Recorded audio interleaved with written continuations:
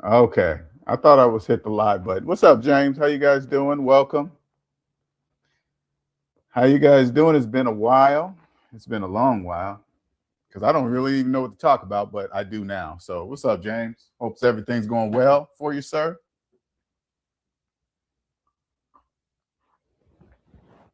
I don't mind SMD family members at a certain perspective, just if they you need to talk because I know there's not many people you could talk to about the things that you need to talk about. So anybody can text me and ask me questions because I've been there.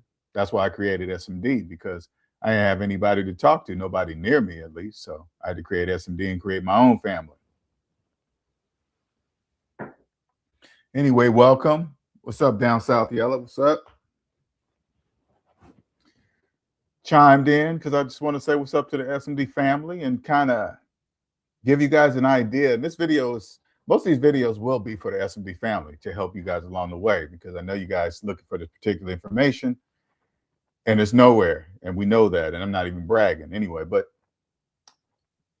I am here to talk to the S&D family about my perspective now of where I'm at.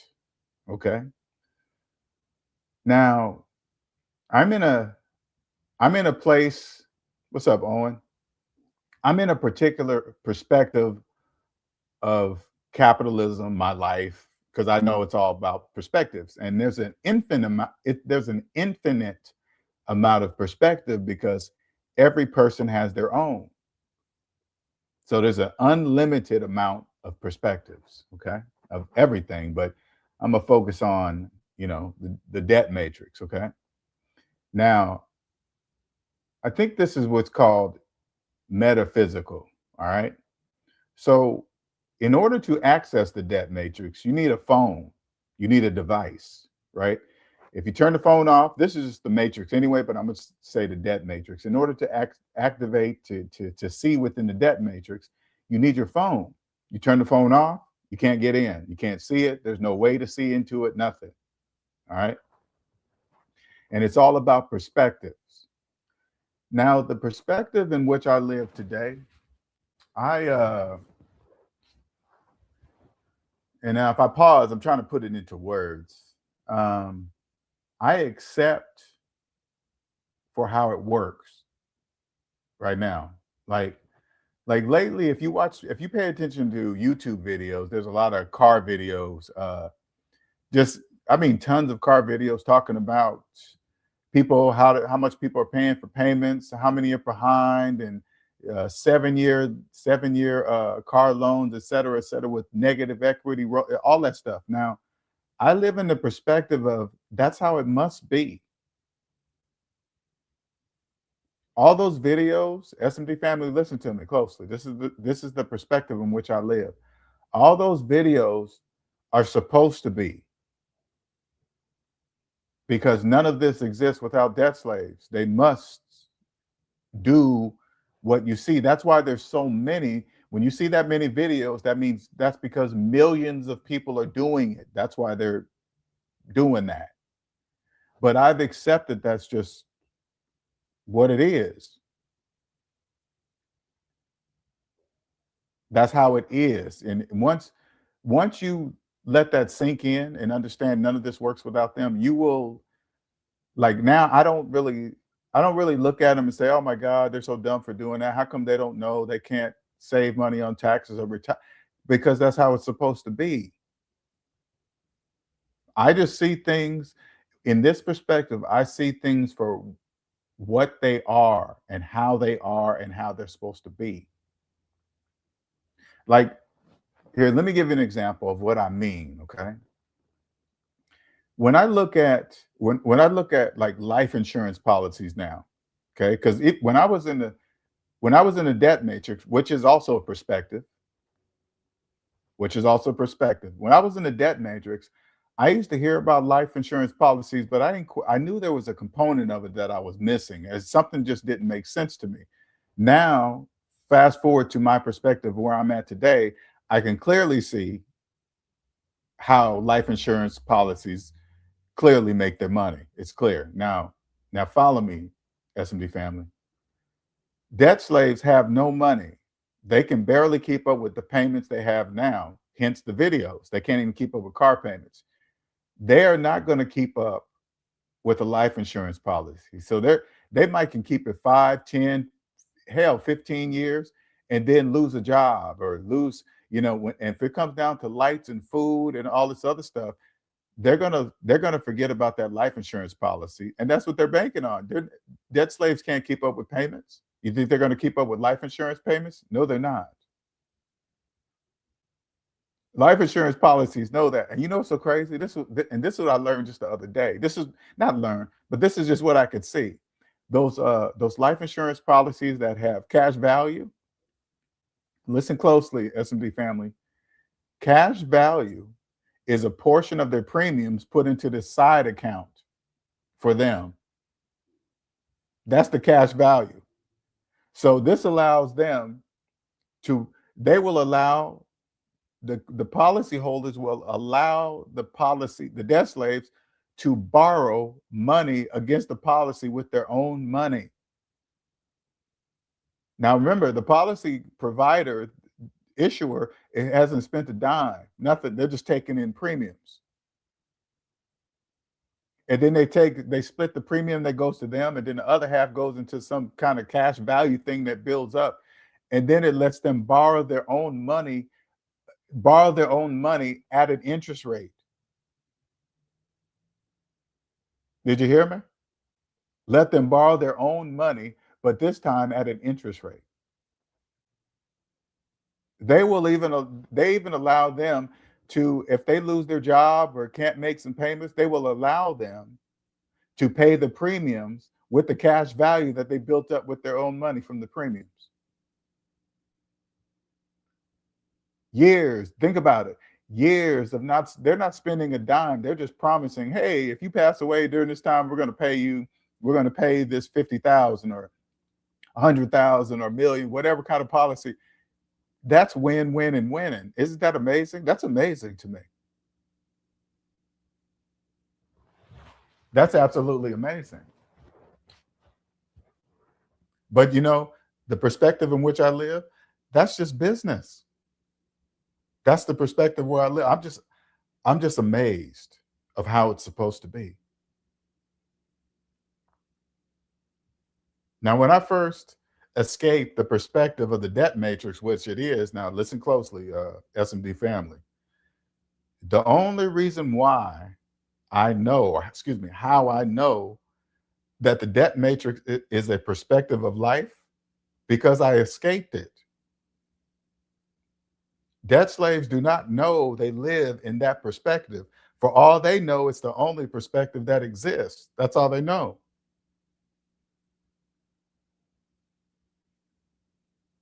It doesn't take 50 years to buy a house, 30 years, 1 year, 31 days. It takes 1 day. 1 day to buy a house, 1 day. In that perspective, they don't know that. I accept that, because without them, there is no capitalism. It cannot exist. You know what I think? How long did it take to build up that many debt slaves? That's to believe that. Isn't that amazing? That's amazing to me. It's amazing. I'm in awe.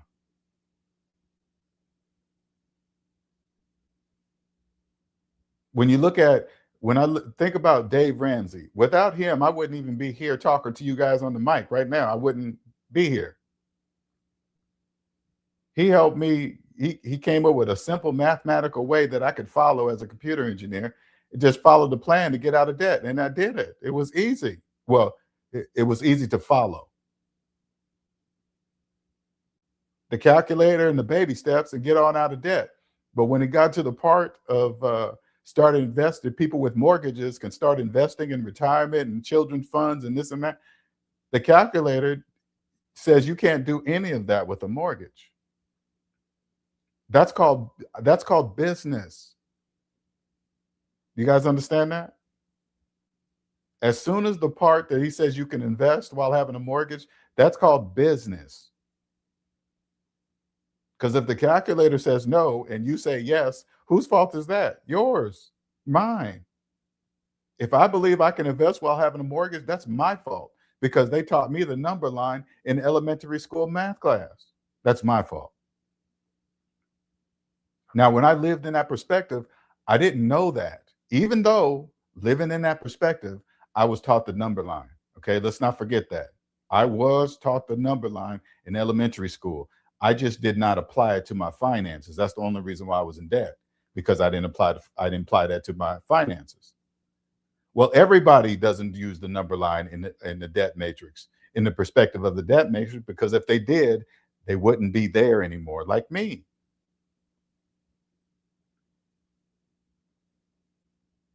But also living in this perspective, and this is specifically for the guys. In this perspective, sex is it doesn't happen it doesn't happen freely like that for me. Why? Because I wouldn't sleep with a debt slave. There is no purpose to do that. It would never go anywhere. It's never Nothing's going to happen. We would have nothing to talk about. What we're going to go to dinner for? We don't even need to do that. Nothing. There's nothing. Now, guys think, I know when a guy hears me, they probably looking at me and think, oh, he's old. He probably can't do it. Hey, listen, that's all in the perspective. That stuff, I don't live in that perspective. So if people say that about me, it doesn't affect me like that because I don't live there. When I hear that, I know exactly what the purpose of that is for. And it's not, to me, it's nothing personal.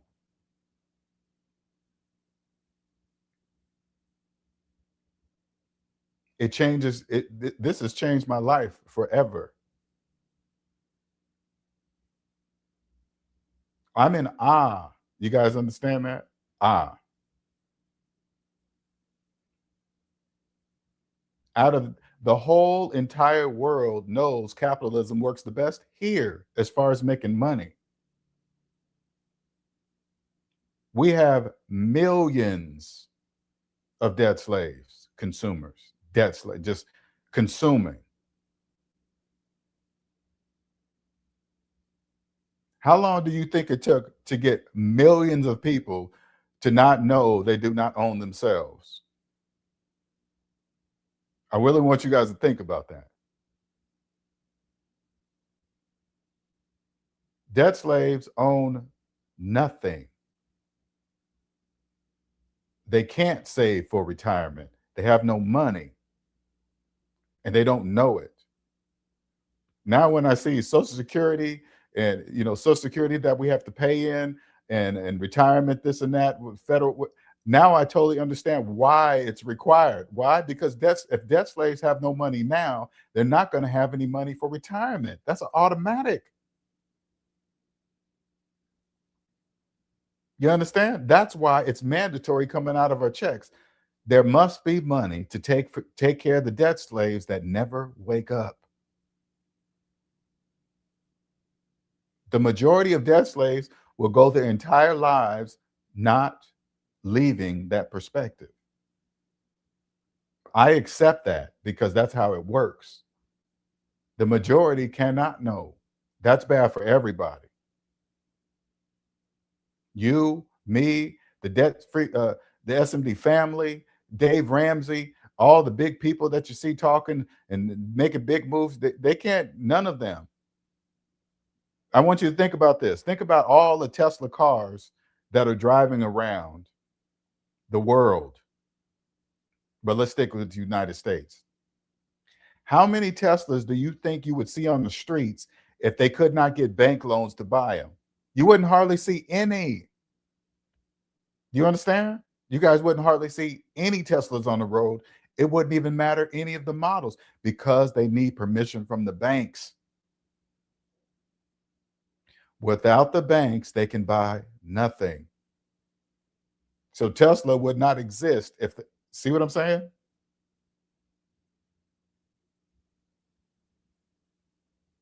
Taxes are, in this perspective, listen closely, SMD family. Taxes are another form of income. It's called phantom income.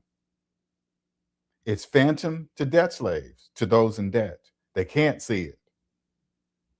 Math forbids them to see it. Do you understand? I'm not saying they can't see it. Math is saying they can't see it.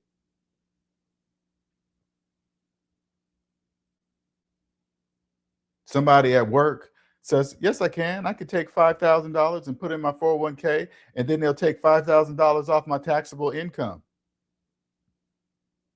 What they don't know is that they don't have $5,000 to put into a 401k to take off your annual income to da da da da. They don't have it.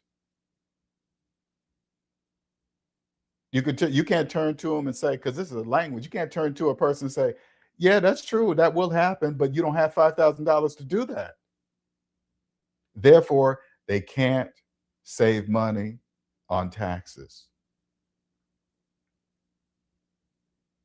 Imagine how many people, how many of them have student loans older than their mortgage.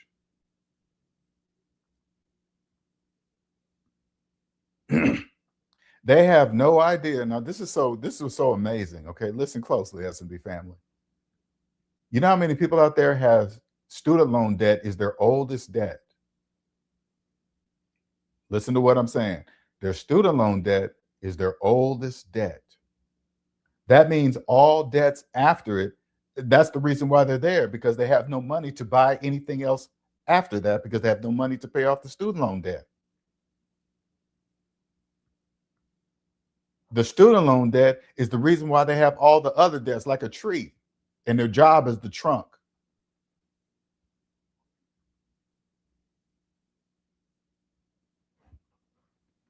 I remember, excuse me.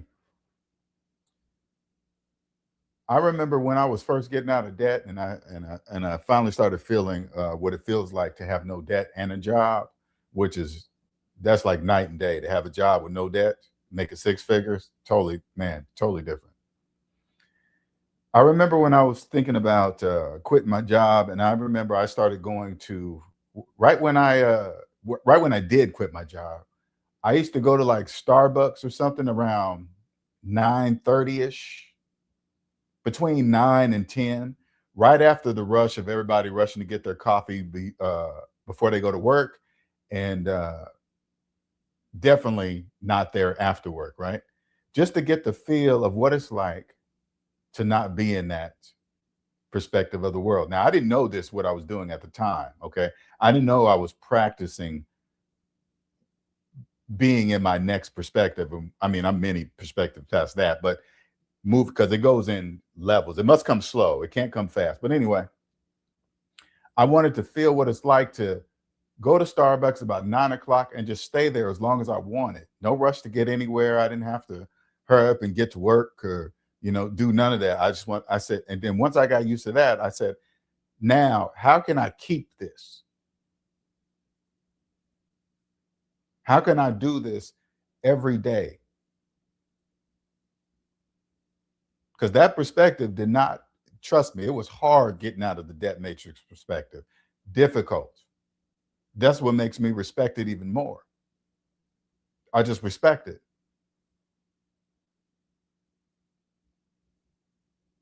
Let me go back to Dave Ramsey. I want to, so I don't forget this part, because it just popped in my mind.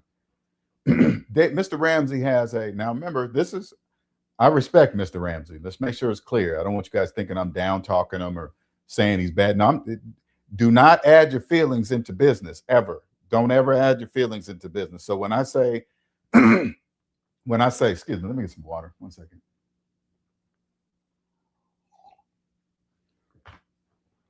When I say, oh, you can't invest while having a mortgage, that's on the business side of things. I don't care what Mr. Ramsey does. He has a cruise coming up, right? And he's inviting people, to come on his cruise, but you have to be at this particular level. And I guarantee you it pay off everything except the mortgage, because listen closely. If he said, including people with mortgages, if you have a mortgage, you also can't come on this cruise, nobody would be on that cruise. Do you guys understand that? Well, not nobody. Probably 80% of the people would not be able to come onto the cruise because they have mortgages.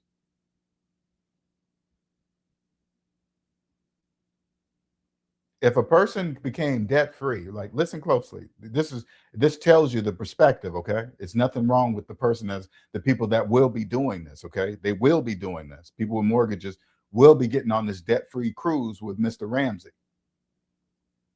If they get on, if they get onto the cruise while having a mortgage, that tells you what perspective they live in. Okay, this is mathematical facts. That automatically tells you what perspective they live in. They live in the perspective thinking that mortgage is not debt. That's the perspective in which they live. Now, like I said before, if Dave Ramsey included people with mortgages, you can't come on the boat. Guess what? Nobody's gonna that cruise is gonna be a flop. They can't do that. Think about all the things, think about all the people that have done debt-free screens while having mortgages. All those people wouldn't exist on YouTube. Do you understand? That's called business. I get it. I live in the perspective of we were all taught the number line in the elementary school math class, all of us. One second here. Let me check something here real quick. Sorry about that. Okay. Okay. Never mind. We all learned uh, the number line in elementary school math class. There are no excuses. None. Zero. That helps me take my feelings out of it. Once I take my feelings out of it, stop watching videos about people doing crazy things with credit and going upside down and losing everything. You got to get it. I had to get out of all that. Stop watching videos of debt slaves doing what they're supposed to be doing. They're supposed to do that.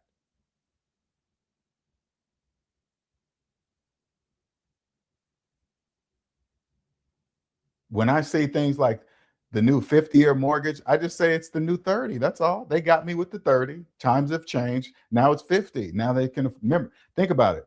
The housing prices of today, the current 30-year mortgages is not enough for them anymore, like it was in my day. Okay. So now they can't get approved for mortgages. So now they bring in for the same priced house, they bring in 50-year mortgages, spread it across further. Now the debt slaves can afford them. You understand? And this is the perspective in which I live. I used to see all these houses and all these houses being built, townhomes, little homes, big homes, whatever. They all need mortgages. It doesn't matter the size of the house. They all need mortgages to get purchased. Now, I was wondering how they're going to fill these houses if people can't afford these houses. 50-year mortgages. That's how they do it. Isn't that amazing? No different than you going to get a car loan. A 5-year loan is too much for you, so you spread it out to 7. This is the same thing, but with houses. You understand? And so now I think about all the people with student loan debt older than their mortgage. They don't know that they're telling the bank that they're never going to pay off their mortgage. They don't know that. When you come get a loan, a car loan, it doesn't matter, mortgage, house loan, any kind of loan, and you got student loan debt older than it all, that tells the bank you're not paying off nothing ever because you haven't paid off your student loan debt. Here I am, a computer engineer, went to school for 3 years because I did it early. I was trying to accelerate. I skipped all my summers and got it done in 3. But guess what I did? I kept my student loan debt for 10. Does that make any sense? No, it doesn't make any sense. So when I go get a loan, I'm so smart making 6 figures. I go get a loan. The bank runs my credit and see I have student loan debt for the last freaking 15, 10 years. Of course, I'm going to get approved because they're going to make all their money on interest because I'm never going to pay off the loan.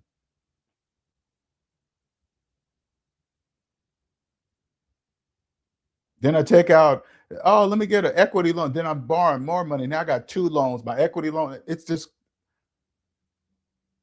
I get it now, though. I get it. Whose fault is it? It wasn't the bank's fault. It was my fault for believing I could buy a house with a mortgage. That's my fault. because the number line says that I can't do that.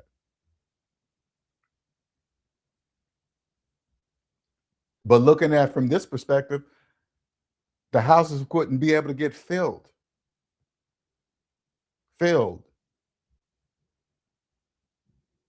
without mortgages. Debt slaves are everything. You understand? In capitalism, that's why capitalism is the most adopted economic system all over the world, because of debt slaves. Economies cannot exist without humans. You guys understand that? If humans wasn't here, AI, you wouldn't be so scared of AI and thinking it's smarter than you, and robots are going to take over. If we're gone, they're gone. Do you understand? Robots, AI, this is the perspective in which I live. Robots and AI only know what we tell them. You understand? Only know what we tell them. And they don't know what we don't tell them. Do you understand? And you're probably thinking, well, LJ, what are you talking about? Pull up any AI and say, hey, for example, hey, go look at the flight routes for the U.S. Air Force and their secret missions, air route. That, do you think AI is going to know? No, it's not going to know, because we didn't tell it. It's a secret. Do you understand? It's going to tell you, I don't care what AI you grab, it asks for that information. It's not going to know, because humans didn't tell it. This is no different than the language of the language of SMD. Do you understand? AI doesn't know it exists. It could copy this video. Listen, I want the SMD family to really understand this.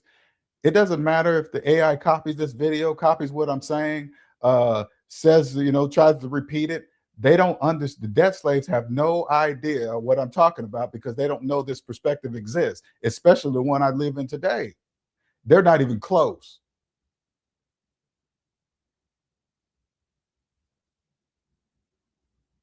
Imagine, like, let me give you an example.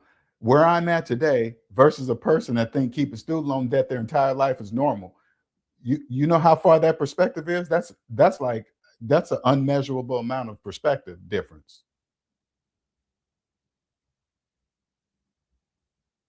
They're not going to believe you anyway, because it would shatter their world. This process must happen slow. And the SMD family know, if you're new to this channel, it took me 10 years to get to where I'm at today, talking to you guys about what I'm talking about right now. 10 years of many things happening to me, many. I had to earn this perspective of life. I had to earn it. And the beautiful thing about it, and it's a blessing from God, that's exactly what it is. The beautiful thing about it, I can prove everything I'm saying with math, everything. I think that's called metaphysical. I'm taking something that's psychological and I can prove it physically with mathematics. Even though math is not physical, math is undeniable. If I put something on a calculator and show you the number and you don't believe it, that's the end of the conversation. We have nothing else to talk about.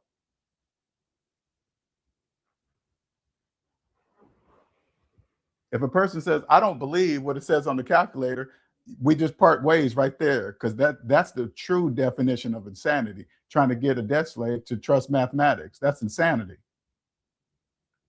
That's like them saying, hey, I don't believe 1 + 1. I believe 1 + 1 = 3. Convince me otherwise. Would you convince a debt slave that try to say, hey, it doesn't really equal 3? Or would you just walk away? I'd walk away.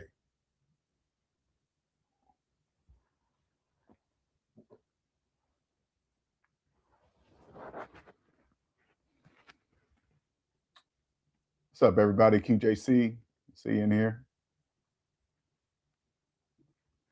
What'd you say there?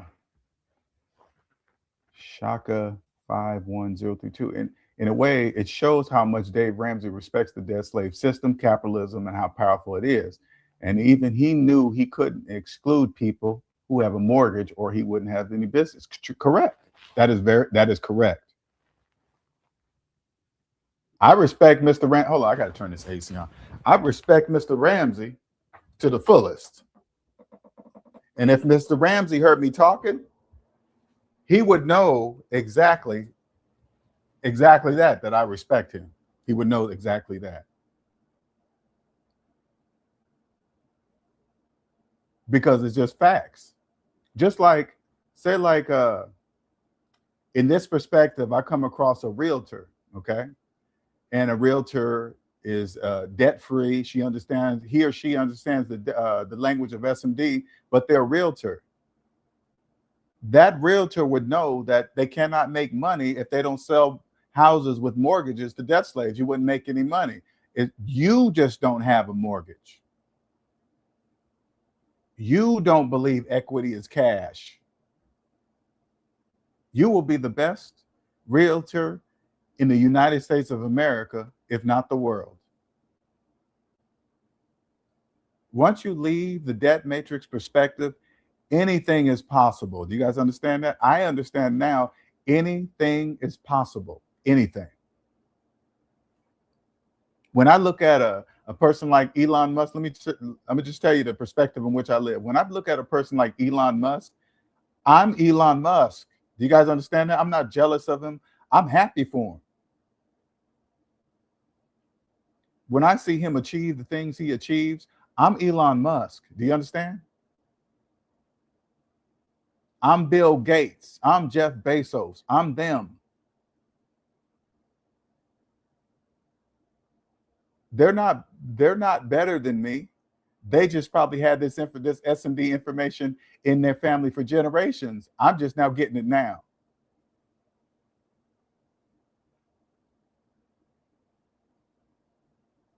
In this perspective in which I am now, even though there's unlimited amounts, so I can't really tell you, and I will never know the perspective in which I live now. I can just talk about it, okay? This perspective is, I feel like it's just called acceptance.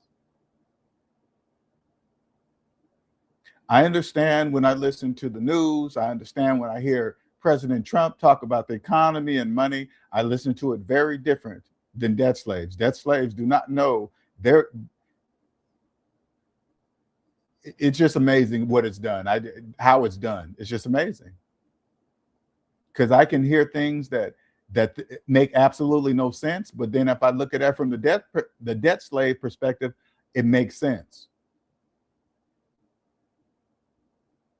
Debt slaves are in debt. They're all about money. They think taxes are bad. Anybody that lowers taxes or gives a refund, they're all for them. Why? Because they're in debt. Here, let me give you another example. Right now is tax return season. Debt slaves are looking forward for the largest tax return possible. They can't wait to get it. Business owners that know, they can't wait for the debt slaves to get those tax return checks, because guess what? They're going to spend it with the businesses. The people that get tax returns, they think the government's giving them something. They're not giving them anything. They just borrowed the money without paying interest and give it back to the debt slave without even interest, no interest here that they earned on that money. I get it. But this is a good time for business, because businesses are making big bread, because debt slaves spend wildly, because they don't see those, they don't save that amount, whatever that check is. This is how it works. Whatever that check is, it's usually more than they have ever in their savings account. That's why they think it's so much, because they don't have that much in their savings account. Because say like this, say like you had $100,000 in your savings account, and the IRS said, hey, you get $1,000 return. You're not going to be jumping for joy and can't wait to get it. You're looking forward to it. If it comes, when it comes, it just comes. You wouldn't care, because you have that amount of money plus more in your checking account already. So you wouldn't care about that. That's the perspective in which I live. Let me tell you what I see. I want you guys to follow, especially those of you guys with car payments. I want you to listen to it closely. Remove your ego. Don't think I'm better than you. Just follow the math that we learned in elementary school. Follow it. If I pull up to the gas pump with my truck and the gas is $4 a gallon, I pull out my debit card and pay for the gas, and then I leave. If you pull up to the pump in a finance car, that says you don't have the money for the gas because you didn't have the money for the car. Do you understand? Automatic. So whatever gas you're going to put in that car, you have to finance it with the credit card because you have no money. That's why you're using a credit card to pump gas in your car, because you could think about it closely. If you didn't have the credit card, guess what? You couldn't put gas in your car. So you have to finance it. Do you understand? That's how it works. So the price of gas for you will be, the price of gas is $4 a gallon plus the interest rate of your credit card spread across how many months you pay on it. Do you see how much gas is for you? That's not the price of gas for me. The price of gas for me is on the sign. The price of gas for you is whatever the interest rate in your credit card, how long you take to pay it, if it's months, years, whatever. You spread the price of gasoline over years. I pay for it in a few minutes.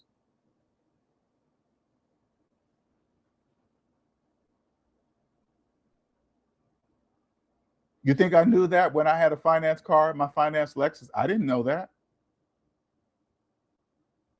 That's why in this perspective, dating for me is very different. I wouldn't date a woman that has that's financing a car. Why? There's no reason.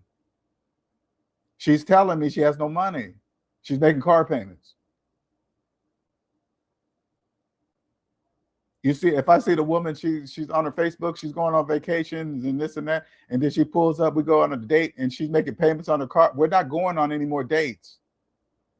We're not even coming close to sex, not even close. That's not even a thought in my brain anymore. And I'm a man. Now, a lot of women hear this, they probably won't believe it. Oh, he's just talking shit. No. Any woman listen to this, this is what I would do, so you guys understand the difference between me and other men. The first thing I'm gonna do is ask you some questions, like everybody. Hey, where you work? What school you go to? Maybe you did, maybe you didn't. I'm gonna find out if you're making car payments and you still making student loan debt. Are you still making and you're still paying on your student loan debt, and you went to college for 4 years and it's 10 years later? The conversation stops. I'm not going to tell you why. I'm just saying we're not compatible. But if you push the issue, I'll tell you, because you're in debt. And if they said, hey, LJ, you're ugly anyway, and you drive an old car and this and that and this, I don't care what debt slaves say about me. I want the SMD family to understand it's like a shield. I don't care. You making car payments? I don't care what you say about anything. That's the perspective in which I live.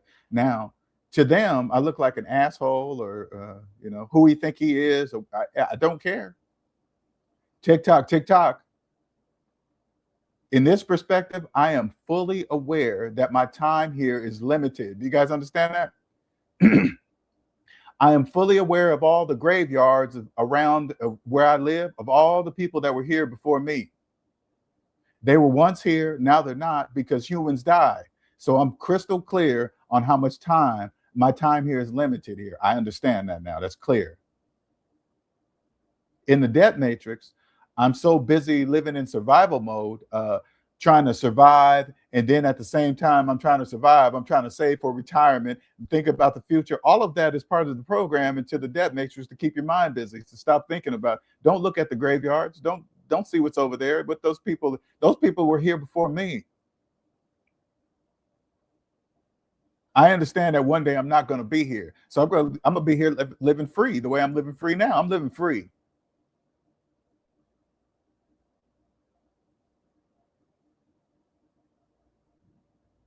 It's not about, I don't care if what a woman thinks about me or what I'm wearing or driving. I don't care. None of that matters. It doesn't matter. If you're a debt slave, if you're a woman listening to this and you're making you think you're a homeowner with a mortgage and you make car payments and all this other stuff, I'm a man that doesn't care about any of that. It's nothing against you. You could be beautiful, body banging, but if you're making car payments, I don't see any of that. I know some women probably find that hard to believe because, and let me come from the woman's side. This is this beautiful perspective, right? I can now see like, I wouldn't say a fully from the woman's side, but I can see from a woman's side of things now that I'm not addicted to getting the asshole. I'm just not, it's not there like that anymore.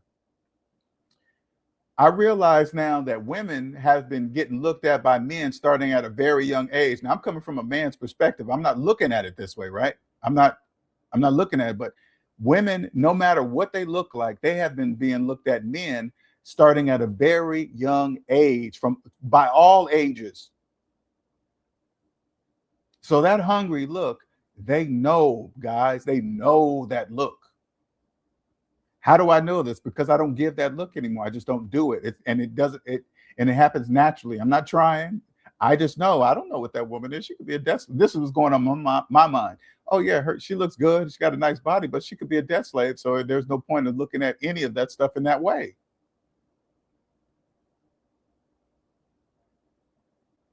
The women can feel, they can feel a difference in me because I don't look at them that way, fellas. Because every guy, you'll see an attractive woman and you'll give them that look and think you're going to be the special dude that's going to get her in the bed or snatch her up or whatever. Listen, guys, she gets looked at like that every single day. For me to think if I for some reason give her that hungry look, I'm somehow special, that's wrong. I only know what I'm telling you because I became debt-free first. Now I understand if a person's in debt, they're probably going to have problems.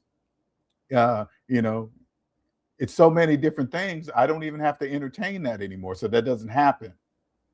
I don't give them that look. I'm not hungry like that. I'm unaddicted from that. That's a perspective in which I live. Now, would I ever known this perspective ever if I didn't get out of debt? Probably not.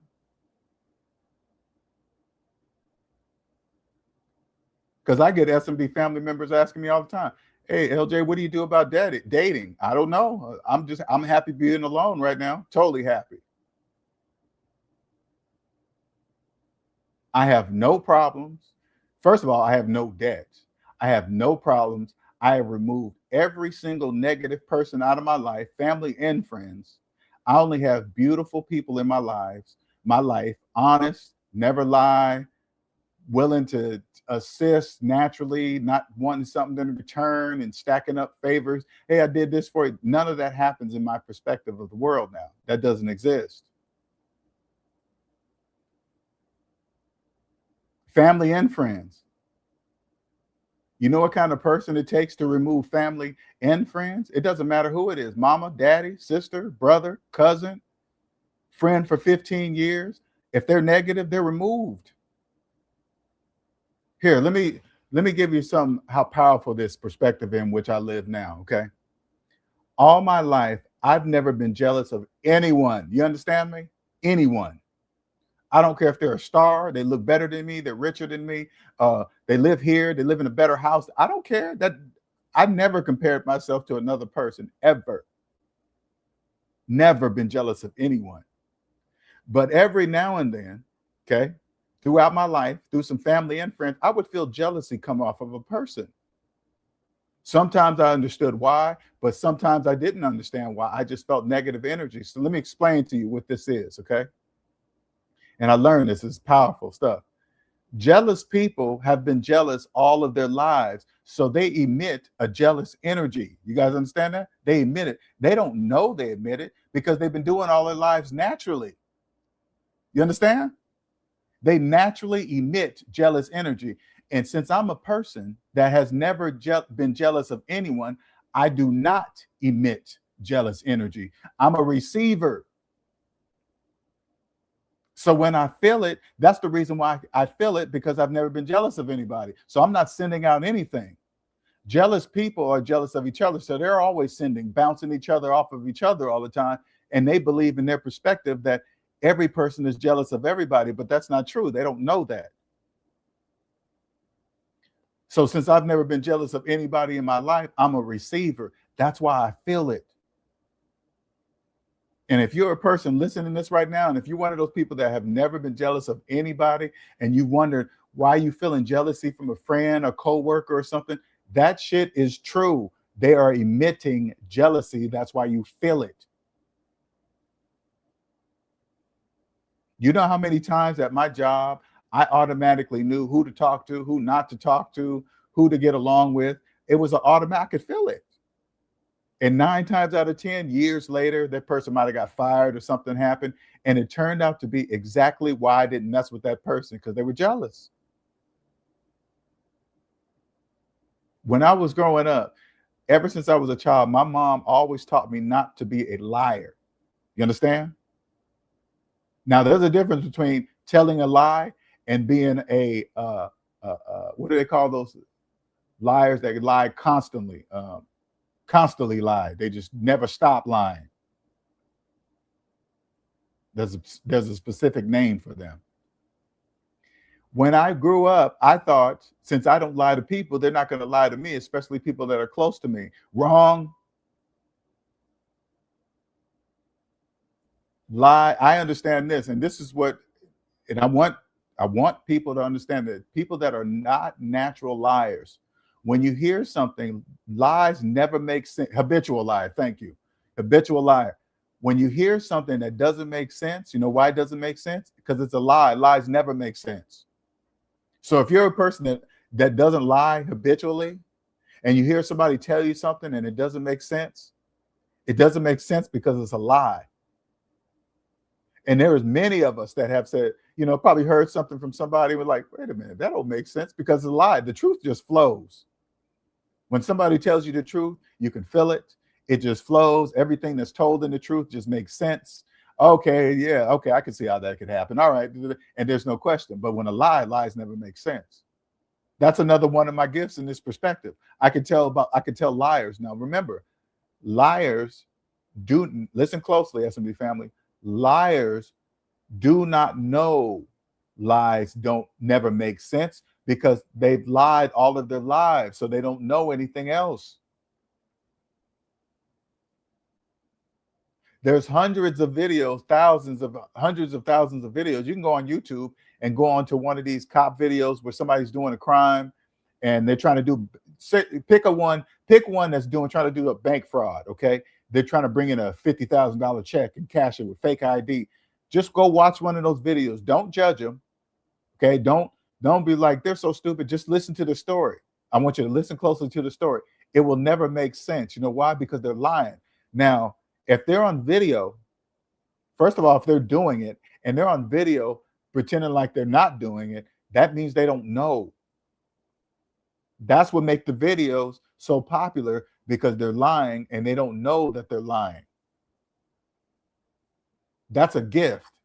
That's part of the gift in this perspective in which I live.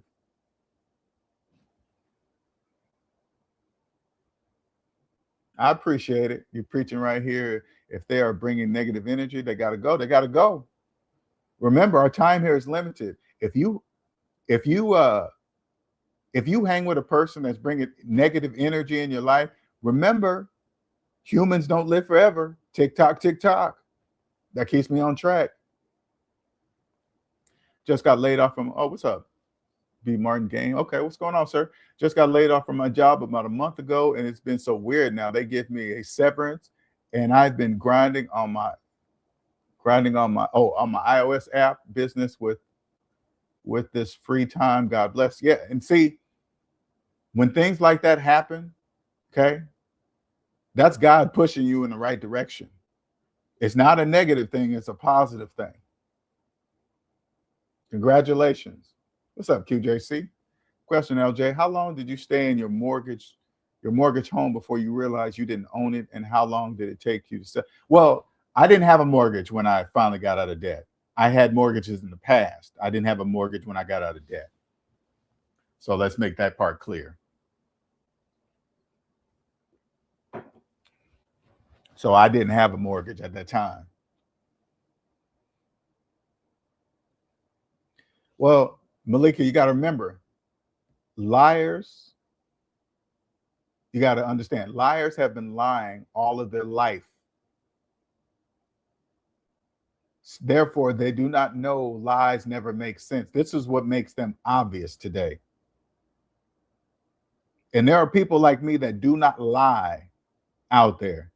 If you're one of them, I want you guys to listen to me closely. A person that's not a natural liar. Understand that there are people that lie. I know people think this is kind of weird, but non-liars interact with people. When I talk to other people, family members, friends, I'm talking to them with truth. So I'm picturing that they are returning truth to me, which is not true. Liars are in everybody's family. You understand? Everybody's family. I know when my boss was about to cry when he had to lay me off with the severance, I knew God was with me. Yep. He's probably get these feelings in there because everybody's sad when they get laid off. But if you're debt free and there's a layoff, you'd be like, okay, how much is my severance? All right, peace out. See you. They're gonna be like, what? It was so weird. They gave me a pat on the back with some money and said, here to help.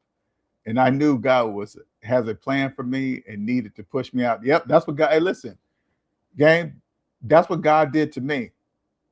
Here, let me tell you guys a story. Some of you guys already know the story, but when I first quit my job, I would say about a month in, I started to panic. Okay. Now, and throughout my computer career, damn near 95% of the jobs that I applied for, I got them. Okay. That was all God too, but I usually got it. I mean, I really didn't never worried about finding a job when I was in my field, right? But when I quit my job, I panicked about a month in. I started thinking, oh my God, I'm gonna have a gap on my resume. What if I don't have keep up my skills to keep up with the computers and blah, blah, blah. So I started applying for jobs. They were turning me down everywhere. I never experienced this kind of job turn down. But one, and I know God set this one up too, because that was God turning down all the jobs. But I got this interview for this one job. Okay. God set this up too.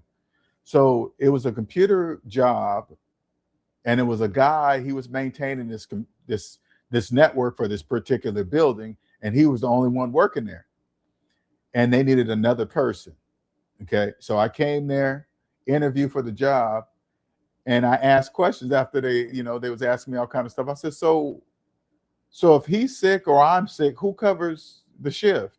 Oh, you got to work both shifts. If he's sick, or I said, what about if he goes on vacation? Oh, you got to cover I was like, what? So I must have made a face that I didn't know I made. Because when I left that interview, the headhunter, the person that found the job for me, he said, hey man, they said you were doing good until you asked them about who's going to cover the shift. And they said, you made a face. I didn't know I did that, because I'm thinking in my mind, that's crazy. They would own me. They could call me anytime they wanted. I could be asleep. They just call me, wake me up. I would never get a full night. I was like, hell no, I ain't doing none of that. Now, if I was in debt, this I want you guys to pay attention to. If I was in debt, I would have had to take that job because I needed money to pay my bills. You know how many people are trapped into that? Have to take a job they know they really don't want, but they have to because they're in debt. That's what God wanted to show me in that situation, because each job I was going throughout my career, each job I was going for, yeah, I wanted the job, but I also needed a job because I had bills to pay. I had this 6-figure facade I had to keep up. You had a mortgage prior to getting out of debt. Yes. What made you get out of that mortgage while you were still in debt? What made me I lost that house. Yeah, I lost that house. So it wasn't, hey, I'm gonna get out on this mortgage on purpose. No, I lost that house. Even that was God helping me get out of it, because I was never gonna pay that mortgage off anyway. I lost that house.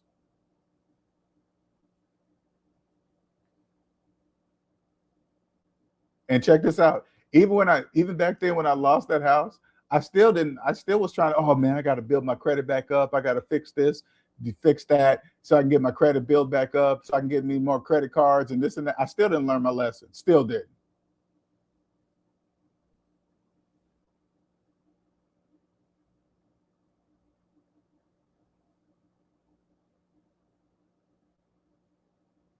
the perspective in which I live today is absolutely beautiful to be able to see.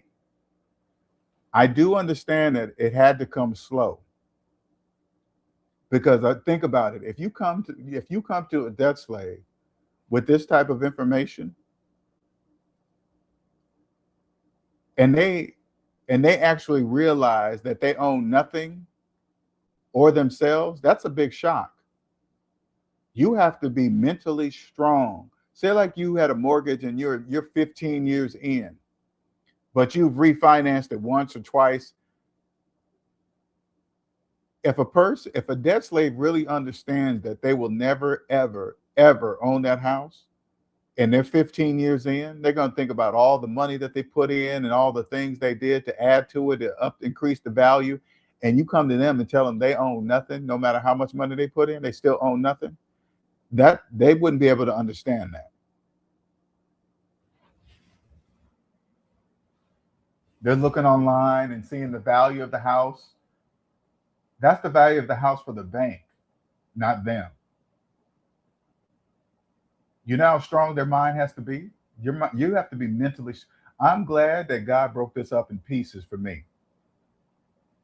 First, I got out of debt, and then I had to go a whole year with no job, not looking for, not even looking for a job, not trying to start a business, nothing. I had to feel what it was like. This is the purpose of my year with nothing. Okay, this was very important on my journey. I had to feel what it's like to be free. I wasn't trying to start a business. I wasn't trying to look for another employment. I was waking up every day doing whatever I wanted to do. Not go on lavish vacations, not buy a whole bunch of stuff, just whatever, just stuff that's free. You can do, or not a lot of money. That's what I was doing. What is it like to be free? Because I'd never been free in my entire life. I had never been free. That was the purpose of that year of nothing. It had to break me of the 40 plus hour work week that I had been trained in since birth.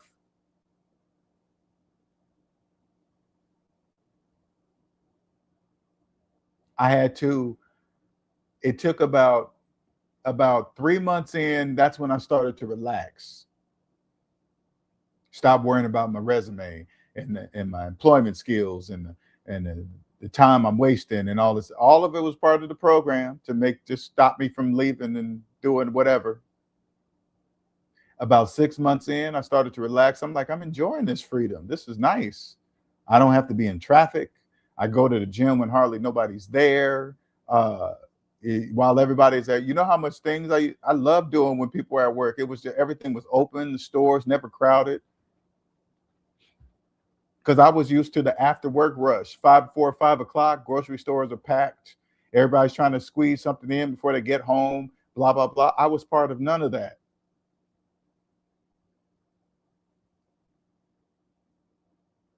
It feels it still feels good today.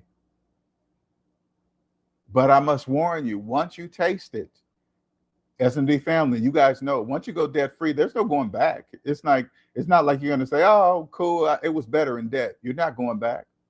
Once you taste the freedom of not working in a year, you're going to feel it, because if you've been working all your life, you don't know what it feels like. I didn't. There is no going back then. Your mind is going to kick in overdrive to figure out the business that you are going to create, because only a business is going to keep you out. A business, not a job, a business. Your mind is going to go into overdrive like mine did to figure out, what can I do to keep this?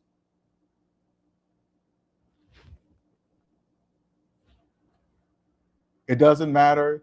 In my perspective, it doesn't matter what a person drives, what part of town they live in, what kind of house they have, what kind of car they drive. If they're making payments, I don't even see them. You guys understand that?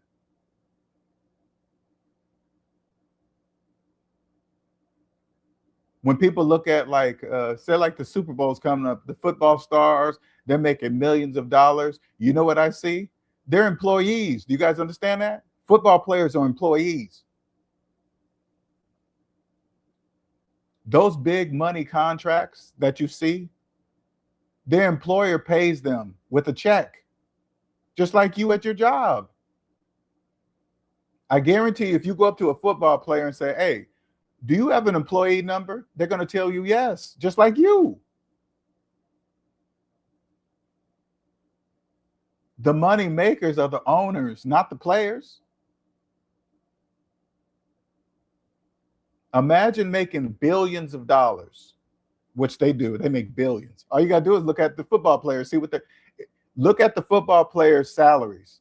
In order for an employer to pay those kind of salaries, that means they have to be making billions with a B. This is math, people. All you got to do is add it up. They're making billions without any risk. No health risk, no broken bones, no tore shoulders, no broken legs, no concussions, nothing. Making billions. If you went to a job, right? You went to a job and you applied for a job, and then they said, okay, you got it. And then they pulled out a football helmet and said, you got to wear this during work. You're going to be like, why do I have to wear this? Oh, you could probably get brain injury at this job. Are you still going to take that job? Hey, you're hired. Here's your helmet. You're going to be like, a helmet for what? Oh, yeah, at this job, you could probably get possible brain damage. You're going to be like, what? I'm not taking this job. But obviously, if they give you enough money, you'll take that job. You see the difference? It's not their employees. NFL's making billions.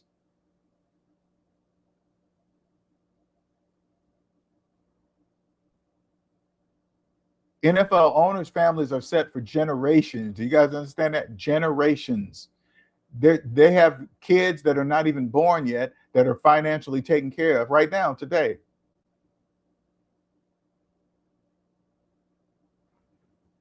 That is the perspective in which I live. So if a billionaire football owner or billionaire in general hears this video, they're going to know I know.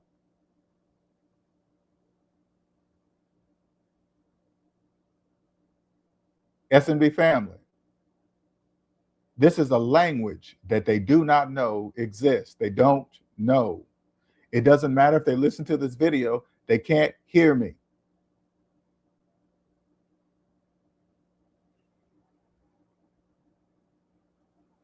Then they psychological train them to love the sport so they can put their all into it despite the risk to your body, kind of like training people to say they love their job no matter what. Exactly. And you know what's so crazy? My youngest son was in football. Let me tell you the perspective again. This is the perspective in which I live today. My youngest son was in football since I can't tell you what age. Today, I can see he wouldn't have been playing football. You understand it? At that age, their brains are still developing. Listen closely. Their brains, their little tiny brains are still developing. And I'm putting a helmet on them and let them play football. That would never happen in a million years in which our perspective I live today. That would have never happened. I'm allowing him to bang his little body while everything, not just his brain, his whole body is developing still. And it's being banged around in a stupid sport. Smashing that little, that's crazy to me. When I even think about it, I'm upset about it. I didn't see that. You know why I didn't see it? Because of all that money it's thrown in your face. Risking your life to bring a funny looking ball over a line, and the whole city goes crazy. But if you're the owner, listen, if you're the owner, I understand all of it now. I understand it all. It's about money, people. Imagine you trying to open up a business, okay? Put yourself, I want you guys to understand it's about money. Imagine you decide you're going to open up a business. But these people can actually get hurt, break their bones, fracture skull. If you have enough money, you will get a license for it. Boxing, football, They even got a sport on TikTok where these guys start one side to the other and run into each other with absolutely no protection on, none, zero. Some of these you can hear their skulls hit. You probably think to yourself, well, how is that allowed? That could paralyze that person for the rest of their life. Why would they allow such a sport? Money.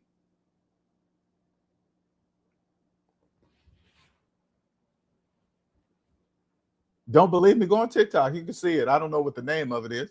These guys are running into each other with nothing on. Skulls connecting. You want to stop and hey, do you know you could die from that? You can ask, if you don't believe me, ask any football player you want. Say, hey man, do you know there's a risk of possibility of you dying in playing football? They will all tell you yes and still play. Know why? Money.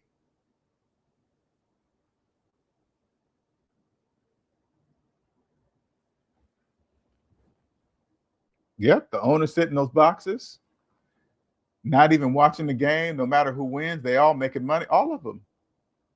From the owner's perspective, hey, whatever. Congratulations to them.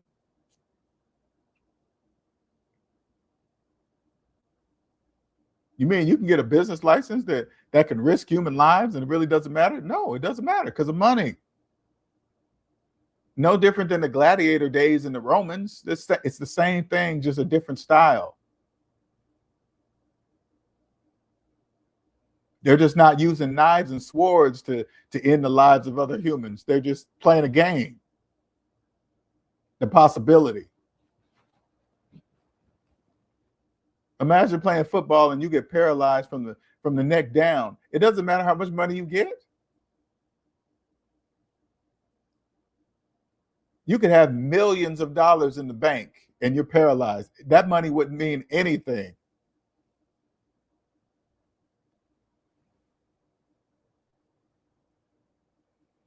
Then even if you come out, you'll come out.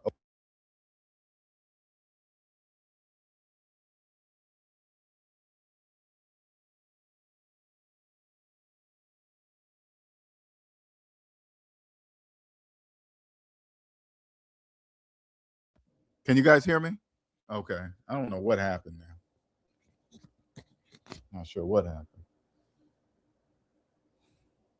Imagine the rules like NFL players. I guarantee you they have a non-disclosure thing in their agreement that they can't talk while they're playing, and they probably can't even talk after they leave the league. They probably can't tell what happened, what they did to keep them going. All part of the contract, all part of it. If you want these millions of dollars, you're not going to talk. It's got to be written in there. It has to be. Because as I age now, I'm 56. I didn't play any sports, okay? And as I age, I've hurt a couple of things on my body throughout my life. Those things hurt now, and they're not even major. Imagine in football being banged over and over and broken something, and then it heals, and then you get back out there and it's hitting. It's never, even though it heals, it's never 100% again.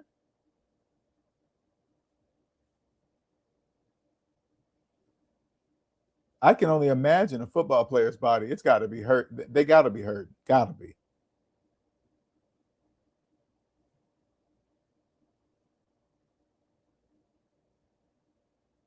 I understand that money is an illusion for the majority now. It's obviously an illusion. It's a mathematical illusion. The wealthy are wealthy because they understand that taxes are a form of income. So they earn their regular money that you can see, and then also they earn money by saving on taxes. That's money. They got their regular income and they got this other income. Anybody can do it. If you're a regular person, like if you're a regular person with a job, but you're debt free, okay, you can take money. So you could take $5,000 and put into your retirement, okay? That money will reduce your annual income that you're being taxed on. That's tax savings. The reason why you can do that because you have $5,000 to do it. Debt slaves have no money to do it, therefore can't do it. You see the difference? When debt slaves, and say like when debt slaves, this is the perspective, okay? Listen closely. When debt slaves invest in the stock market, most of them use what's called margin. That's called borrowing money. The reason why they're using margin because they have no money. So what they're doing in actuality is giving those companies within the stock market free loans from the bank, but interest free. Because the debt slaves are borrowing the money from the bank is charging the debt slave interest. They take that money, invest it into the stock market of whatever company. They're indirectly giving the company a loan from the bank, but the bank's getting it for free. I mean, the company's getting it for free. The bank is charging the debt slave for borrowing the money. The stock market wouldn't, if they said, hey, we're taking away all margin and nobody can use margin to invest in the stock market, guess what happens to the stock market? It goes away.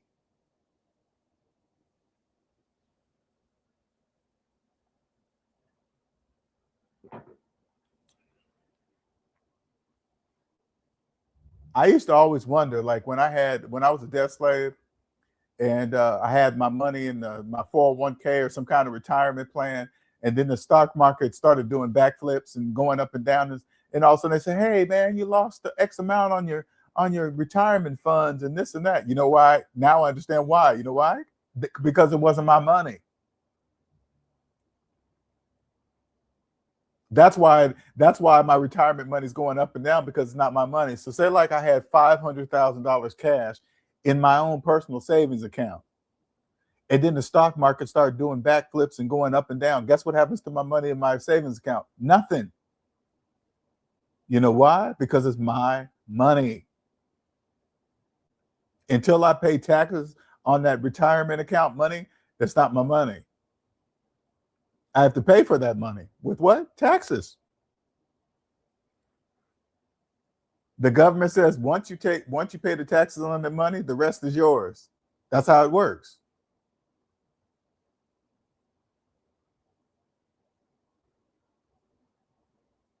This is the perspective in which I live. So I no longer get upset. I no longer watch crazy videos doing hey LJ, is this SMD Discord still going? I took a long break and deleted my account. Just go back. Yeah, it's still there, but we don't really there's not too much activity on it. It's probably not even worth. I mean, you can if you want. I'll send you an invite, but I don't really talk about it much. I'm glad you brought that up, because I really need the SMD family's help. I need help trying to collab on some financial channels.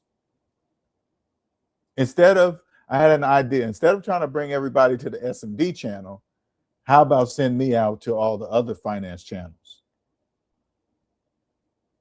So if you guys are out there and you think there's somebody out there that would love to do a collab with me, send them my way. Give them my email address. If you're listening, SavingsMinusDebt@gmail.com is my email. I would love to do a collab. Even if you agree with me or not, it doesn't matter, because all I'm doing is talking about math.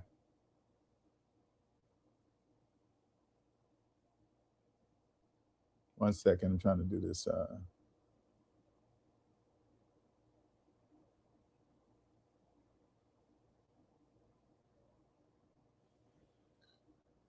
There's my email, SavingsMinusDebt@gmail.com.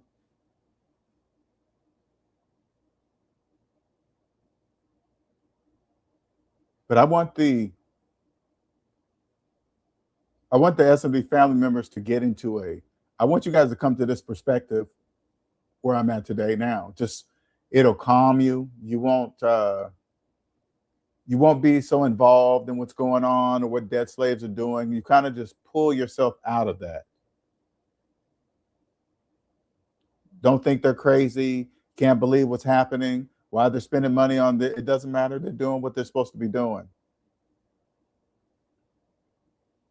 You concentrate on a business, which I'm doing now. I always try to lead by example. My goal with SMD is to take it around all of the United States and then all of the world.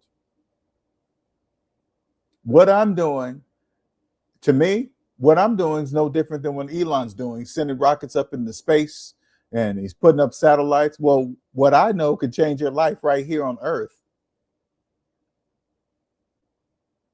You can be rich, wealthy, whatever you want to do, and help people at the same time. I change lives. That's what I do. I change lives forever.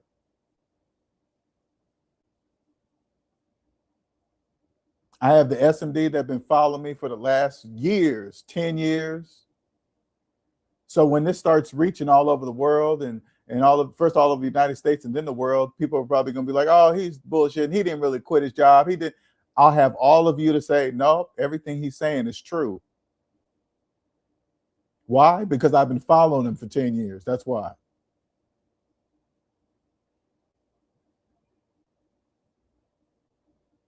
Nobody talks like me. I'm not even bragging. There are very few people on earth in the United States of America that know this language. This is a mathematical fact.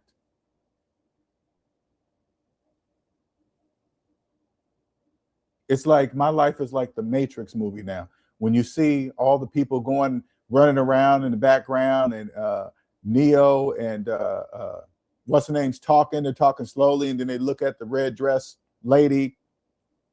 That's how my life is when I'm out in public. Everybody's busy doing this, going to work, going to football games, getting ready for the Super Bowl, posting on there. Everybody's just busy doing something while they own nothing. When I look at the Super Bowl, I can only imagine how much money the owners are making at this time. The businesses around the city, the businesses in the city, all the businesses around the stadium. Can you imagine the money that's flowing in there? Who's getting that? The wealthy people get that money.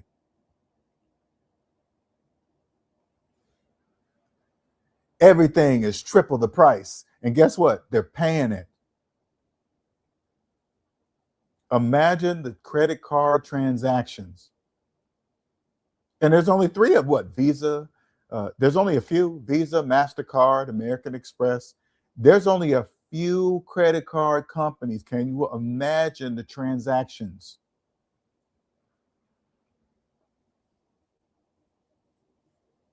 Thank you, Malika. Appreciate it.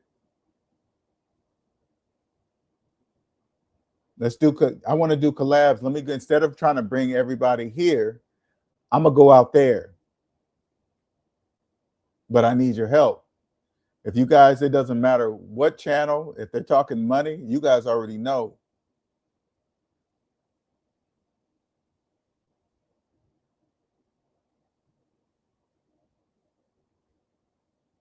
Any questions?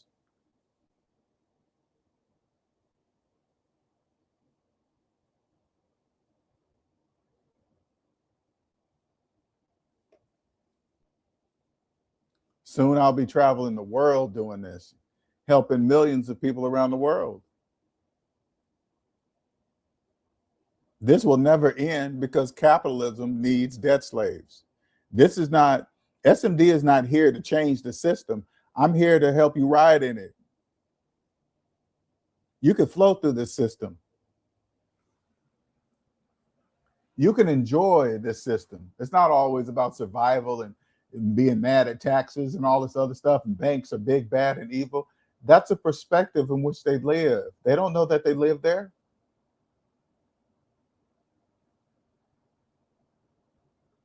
Do you know how beautiful it is to watch it?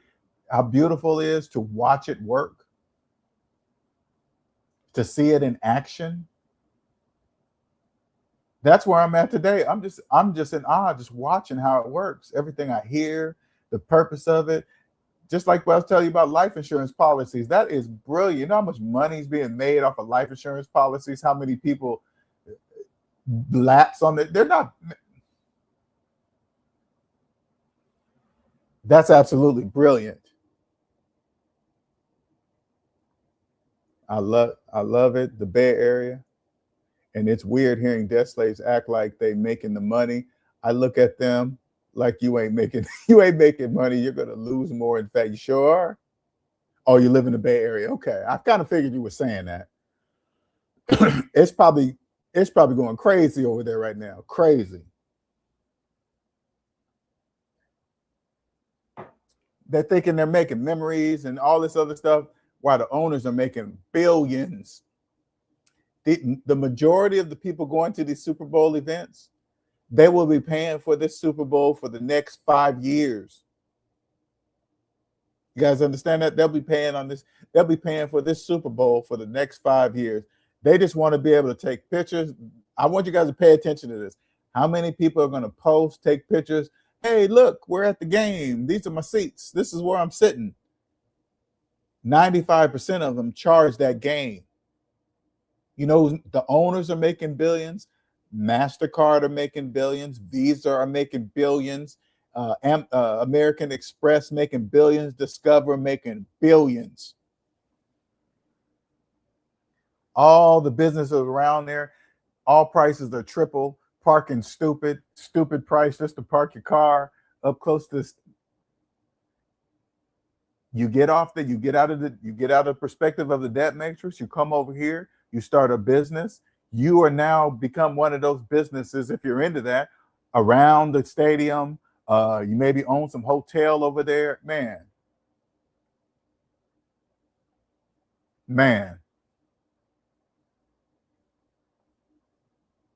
it's beautiful.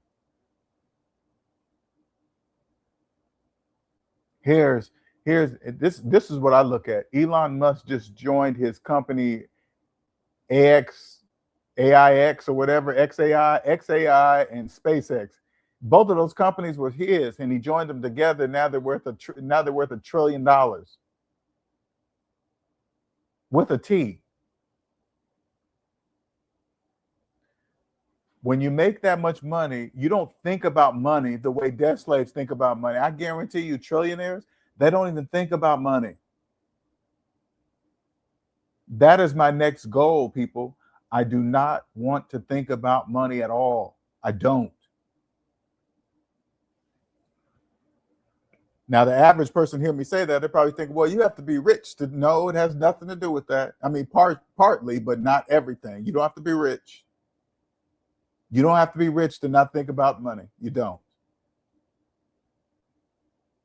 I have been thinking about money all my life. All my life. Never once have I ever had the luxury of not thinking about money. I'm almost there. When you guys see SMD travel the world and you travel the United States, you will know automatically, oh, LJ don't think about money no more. Sure don't. Don't even think about it. How am I going to do this? I'm going to be able to, I will know how to put the right people in the right places to handle the money I'll be making. Who will those people be? They will have to have S&D knowledge. If it's a person, or it counts on if it's a person or a business.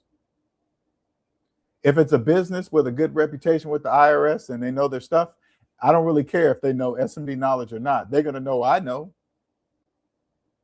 But if it's a person working with me or directly, oh, you have to have this knowledge or you're not working with me. I don't care if it's family, friends, nobody. I made the mistake of doing that once. Started a business, brought in a family member, and the family member tried to fuck me.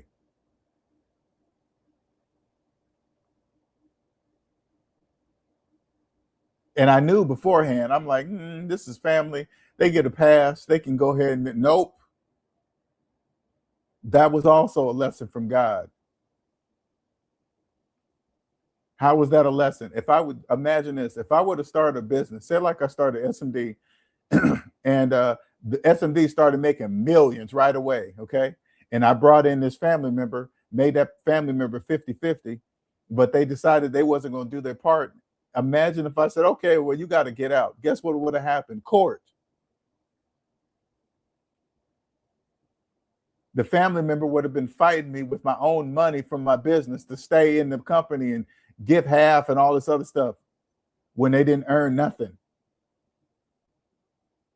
So God let me learn this lesson in a very small amount of money company, so I will never forget to when he gives me the bigger thing. Just like never mix family with business. Lesson learned. Lesson learned. You know how many times I've heard that from stars and famous people in movies? Never mix family with business. But I didn't really listen to it because, oh, you guys are rich. Maybe that's why they want it, blah, blah, blah, whatever. Never do it. You really know ahead of time. If you have SMD knowledge and you have a family member that you clearly know that does not have SMD knowledge, you already know before even trying to start anything with them. You know.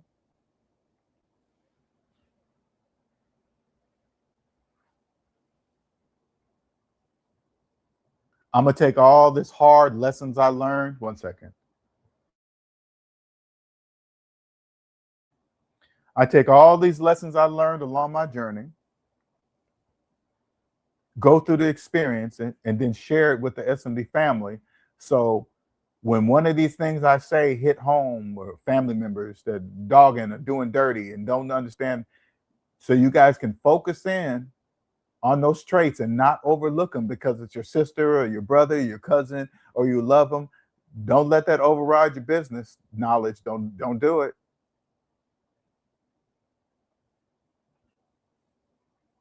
If you see it beforehand and you do it anyway and it explodes, you're going to be mad at yourself. Don't do it.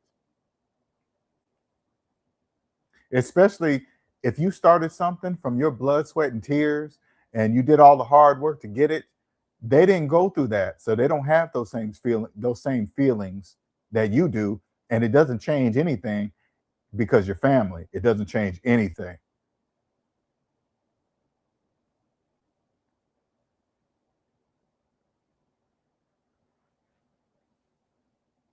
This perspective of life is just, it's beautiful. I wake up and I thank God every day that I was alive to even feel this type of freedom, to even feel the amount of freedom that I have today. I thank God every day. When I get out in traffic, or if I get stuck in traffic, or I just thank God I don't have to be in it every day. This just caught me by, every time I'm in it, it just caught me by mistake. That's all. People are angry, cutting people off.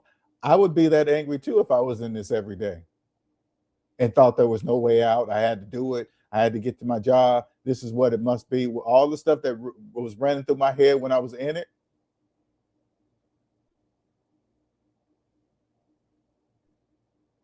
I just thank God. I say, thank God I'm not in this every day. I see the freeway packed.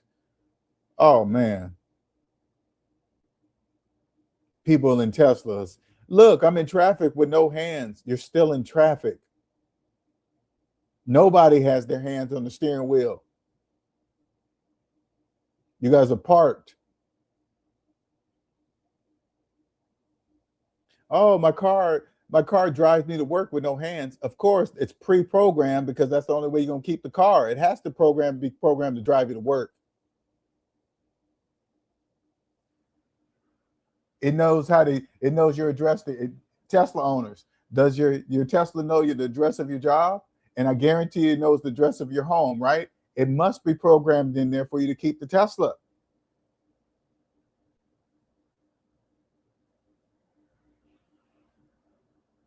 You can do it with your hands on the steering wheel. You can do it with no hands on the steering wheel. It doesn't matter. You're going to the same two places.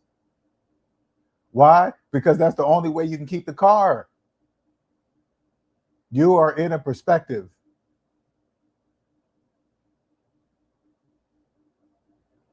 So if you come across me and I see you drive with no hands, I'm not jealous. I'm not anything. And if you're listening to this, you have to listen to, you know why? Because you're making payments. That's why you have to listen to me. You can hear me mention payments. You can't say, oh, he's not talking to me. You know, if you know you're making payments, you know I'm talking to you. You can't change it. Well, you can, but you don't know it. You acting like drive with no hands is free. That's on top of your car payment.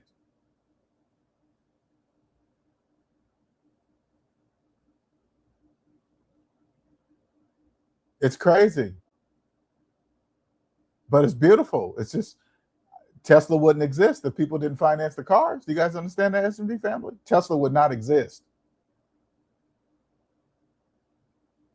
If Tesla said, hey, we're not selling cars to anybody that needs a loan, guess what? Tesla's not in business.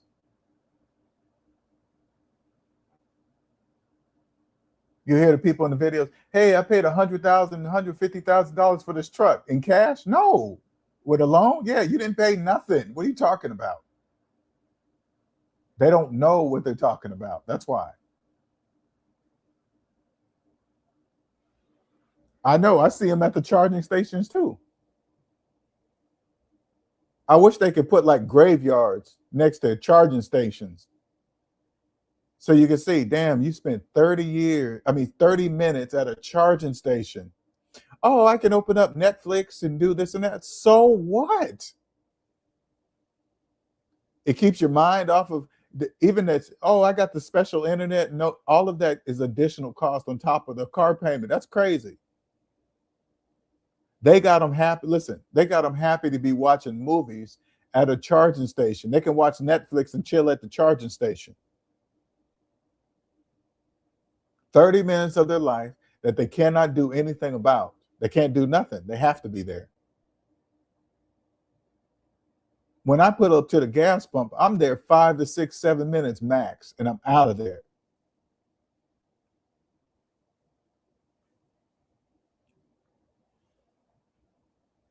Again, when I think about Elon, I'm Elon. When I think about Tesla, I think about my business. SpaceX, that's my business.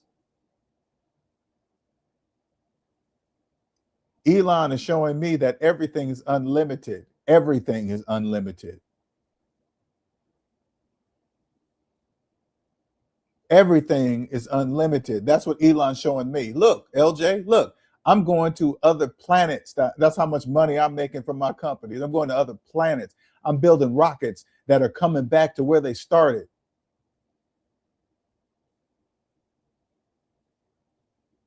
You think a person like that is thinking about money? Absolutely not. He's fulfilling his dreams. The money is just what comes with it because he's doing things that nobody else has done. That's what SMD is. I'm doing something that nobody else is doing. You understand? You cannot find another channel on YouTube that does what I do.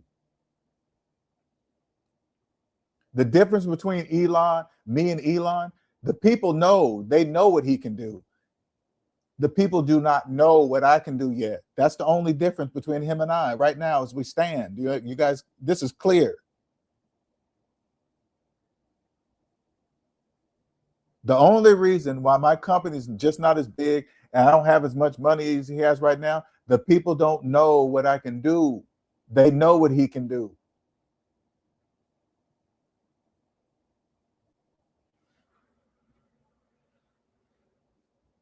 There are a few hundred, if not a few thousand people that know what I can do. He has millions, if not billions of people that know what he can do. Do you understand the difference? That's the only difference between him and I. He's not more special than I.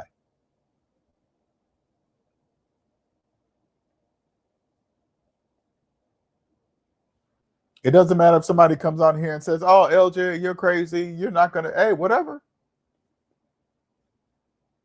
When I hear people talk like that, you know what they're really doing? They're just talking about themselves, what they can't do, what they don't believe.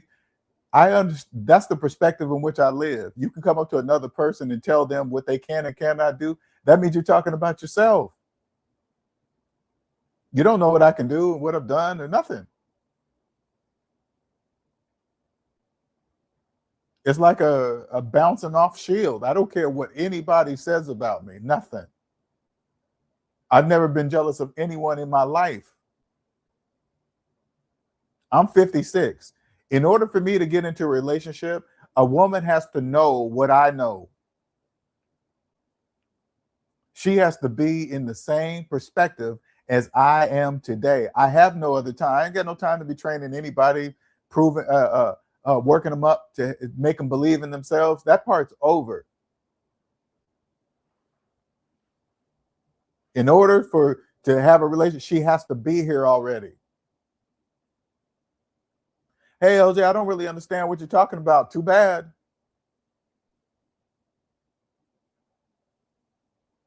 Oh, you're just trying to get me in the... No, I'm not. I'm not trying to get anything from you. I promise you, especially if you got car payments. I don't care what you got. I don't care what kind of job you have. If you're a lawyer or a doctor or whatever, you're just a doctor in debt. That's it. You're a lawyer in debt. You're a professional in debt. It doesn't matter.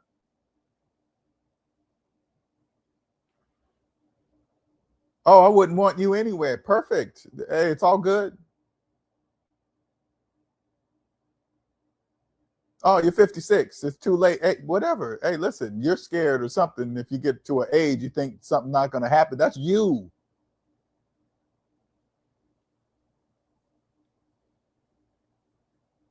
Hey, your shit don't work. And hey, whatever. Hey, listen, whatever.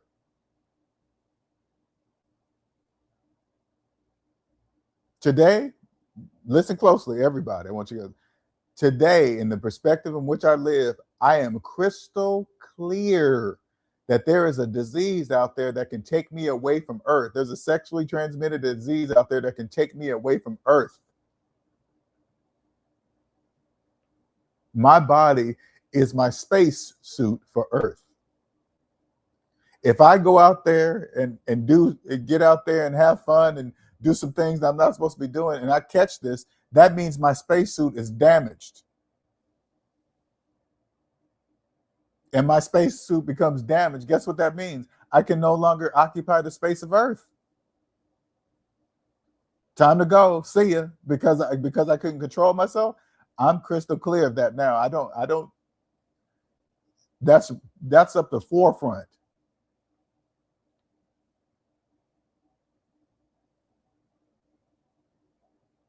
I knew this when I was in that perspective of the debt matrix. I knew there was disease out there that could do that to me. I'm fully aware of that, and I still did it. That would never happen again, ever.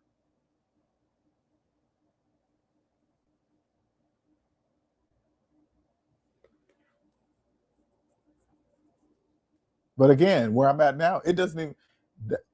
that doesn't even come close to being physically intimate with a debt slave. I will never do that.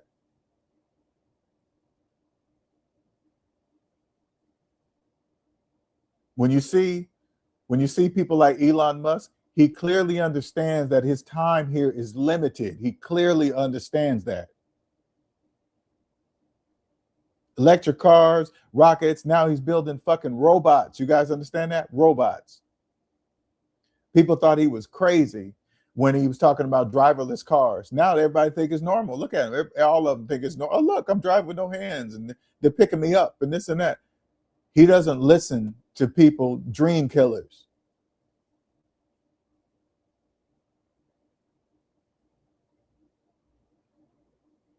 Oh, look at the way he put his hand up like Hitler. Did you see he brought back a rocket from space back to where it started? Who does that? Nobody.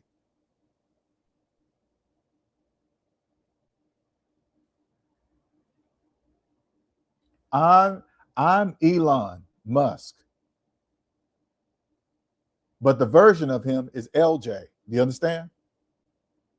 The knowledge I have right now is just as big as what he's doing. Do you guys understand that? This information changes lives forever. Sends confidence through the... If you're a person with low confidence, you won't have it anymore. Everybody will think you're a prick, asshole, this and that. That's confidence. Oh, he's so restrictive about his time because I know my time here is limited. Oh, he's tripping on 5 minutes late. Whatever. I don't care what you say. People that respect their own time respect other people's time. I promise you that. I can promise you that.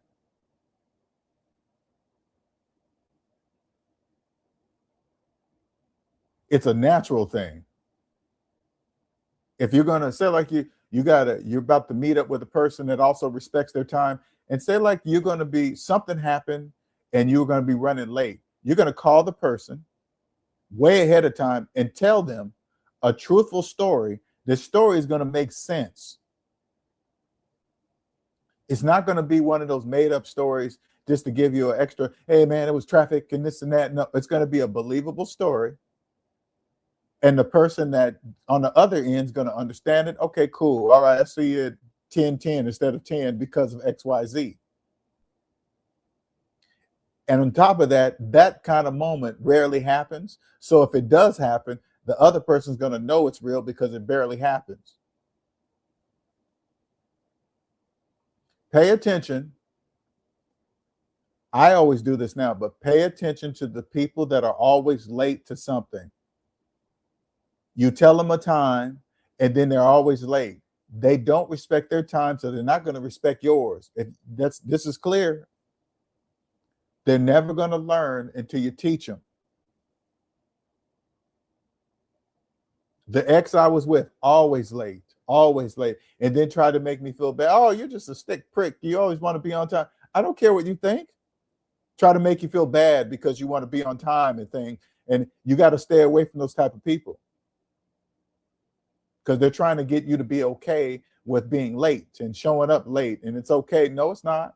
No, it's not. Not to people that care about the time in their lives. It shows respect to them too.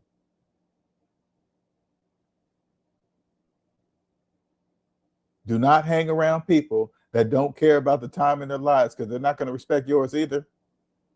If they show up late, they're clearly showing you that they do not respect their time. Clearly.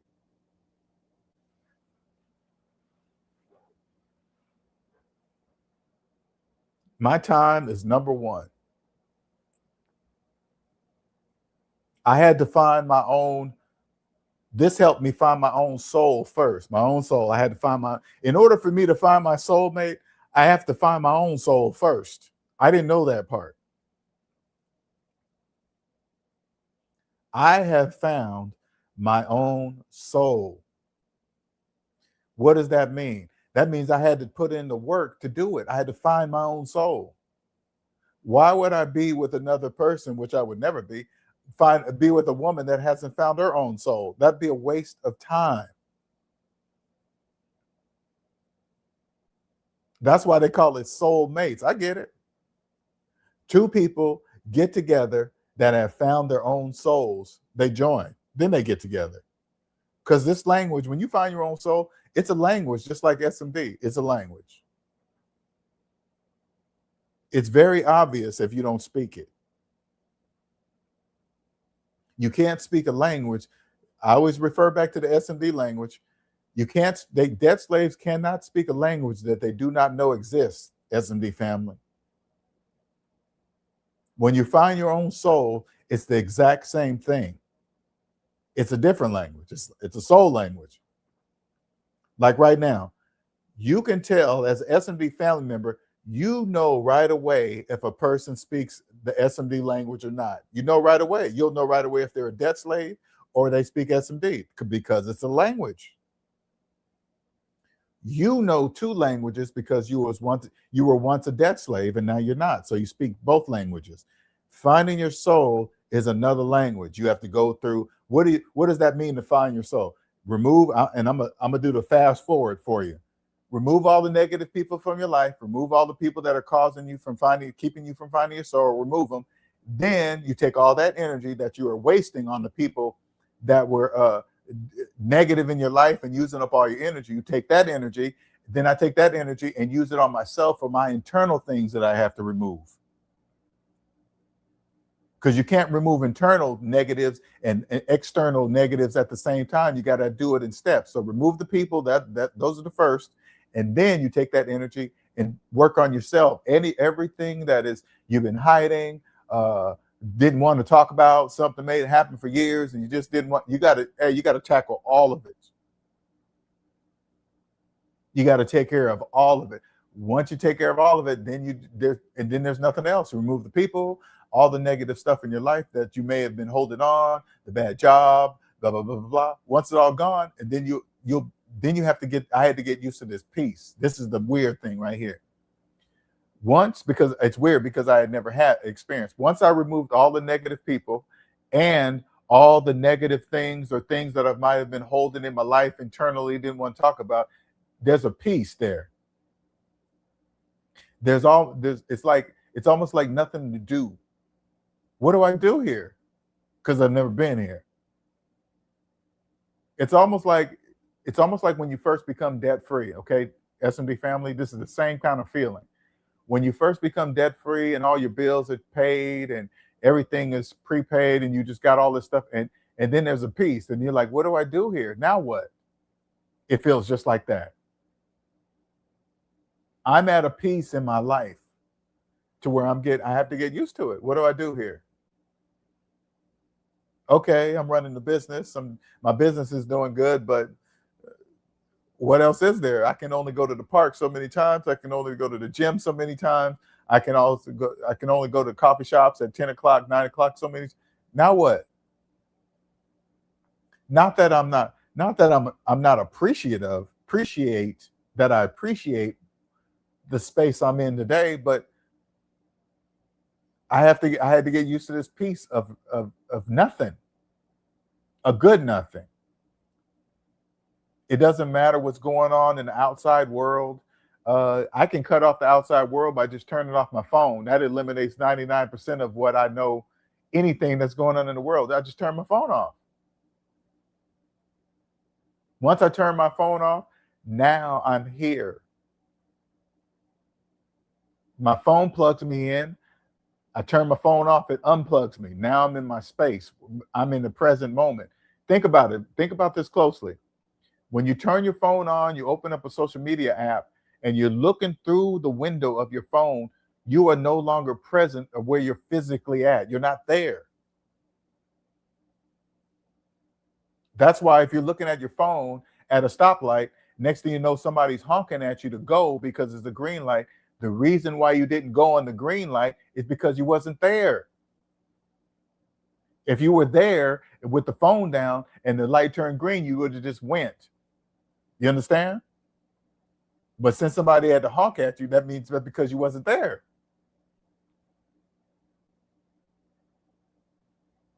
Everybody picks up the phone to escape the present moment. You know how hard that is to stop? I still catch myself today, and I'm fully aware of it. I'll be driving, I get stuck at a long light or something. The first thing I do is grab my phone. Since I'm sitting here, I might as well start cruising through the social media. No, just leave the phone and look around. I look at the people next to me, look at the stores, maybe a store I didn't see before, the sidewalks, the birds. I keep that phone. I still catch myself grabbing that phone.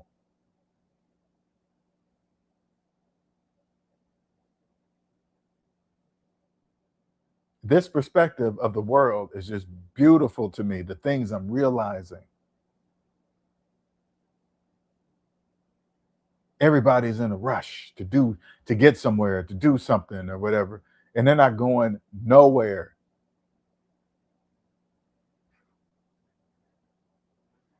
Everybody that gets together, hey man, you heard about that new eating place? Always talk about food, filler, the weather, everything just filler talk. Don't be talking about nothing. Talk about, oh man, how's it going at work? Oh man, this job is this and that, and this person ain't this and that. Talk about work. After work.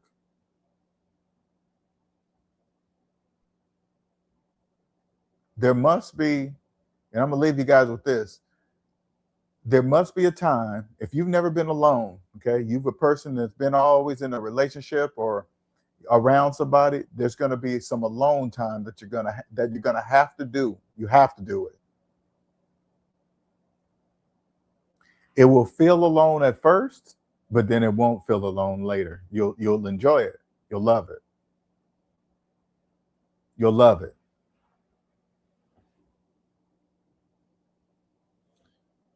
Yeah, debt use their phone to escape the reality, sure does. So they just make money selling phones to help them escape. Wow, that what a business, escaping debts. Like, you know what? Social media is an addiction.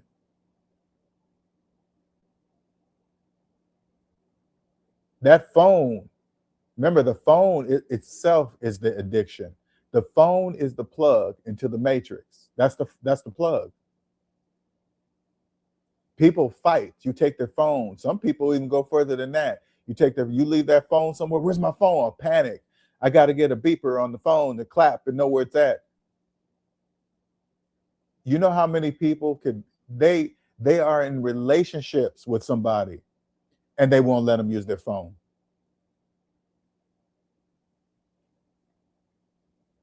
You want to see this is I know this is kind of off a little bit, but let me explain how it works, you guys. When you go on TikTok, let's say for TikTok, for example, TikTok has an AI algorithm that adapts to the person that's using that app. Okay. It knows what you like, what you look at, what you're going to buy, blah, blah, blah. Each person's TikTok, each person's app into the TikTok matrix is different. If you have a friend or a partner, okay, that would even trust you to say, hey, can I look at TikTok through the app on your phone? I guarantee you their version of TikTok will be different. Some might even surprise you because the AI algorithm inside of TikTok knows what this person does. So the people that use their own TikTok on their phone, they don't know they're being their true selves as they go through TikTok. The things they watch, the things they think are funny, the things they comment on, hey, even how they comment. Okay. You will know, you will know that true person if you were able to look at their TikTok through their phone, look through their, not even, hey, don't even worry about going through the messages part. Yeah, that's a whole different story, going through their comments or maybe reading all their comments and then, hell, maybe doing that too. You will learn who the person really is. If I go through TikTok and I look at say like a girl dancing with a nice body, if I look at that video 1 second too long, guess what other videos are coming on my stream? More women with shaking ass and titty because the AI algorithm. So if you're a person that's filled with you know, you were one way at work in front of friends and all this other stuff, but you get on social media because remember, everybody pretends they're protected behind the internet. I guarantee you, if you looked at this person's TikTok, you would probably be shocked. Hell, it might be a person you're dating right now. You might be in a relationship with. All you got to do is this. Hey, can I look? If you want to see the truth, go to somebody you know, especially if you're in a relationship, having sex with them. Hey, can I look at your TikTok? Watch how they respond. If they say, yeah, here, I don't care, go ahead. Okay, there's probably nothing going to be in there if they respond like that. But if they say, huh, what, why, why you want to, why don't you look at your own TikTok? That's a red flag. That's a red flag. Relation, man or woman, it doesn't matter. Red flag. How do I know this? Because who I am today, if I was in a relationship with a woman and I have a TikTok and she asked me, hey, can I see your TikTok? Yeah, here, I don't care. Go ahead. Ain't nothing going to be in there. There's not going to be any hate, calling people the bad racial names and comments and stuff like that, doing stuff that I don't normally do as my regular self because it's not me. But if you want to find out the people who you hanging around with, especially in this generation, I hope you guys are paying attention to, ask to look at their social media through their phone. 99% of them will tell you, hell no.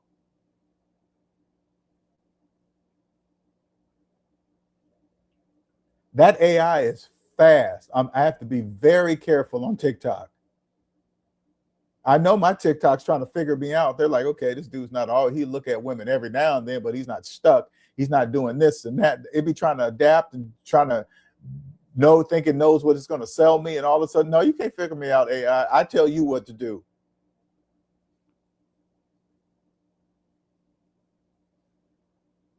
If you're in a relationship and you're having a sex with the person, you're sharing your body, and you say, hey, can I look at your TikTok? And they say, hey, no, what, acting all funny?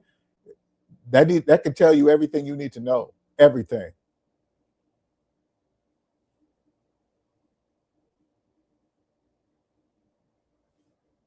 You think if I didn't live in this perspective, do you think I would even know to tell you guys that kind of information? I wouldn't know to tell you to look at your friend's TikTok or your relationship partner's TikTok. I wouldn't even know this, but it's clearly going to be different. But if you're asking them, remember, if you're asking them, you got to be able to exchange. Yeah, you can look at mine. Let me look at yours because you got to be able to, you have to be there. Because if you're asking, that means you're willing to share yours.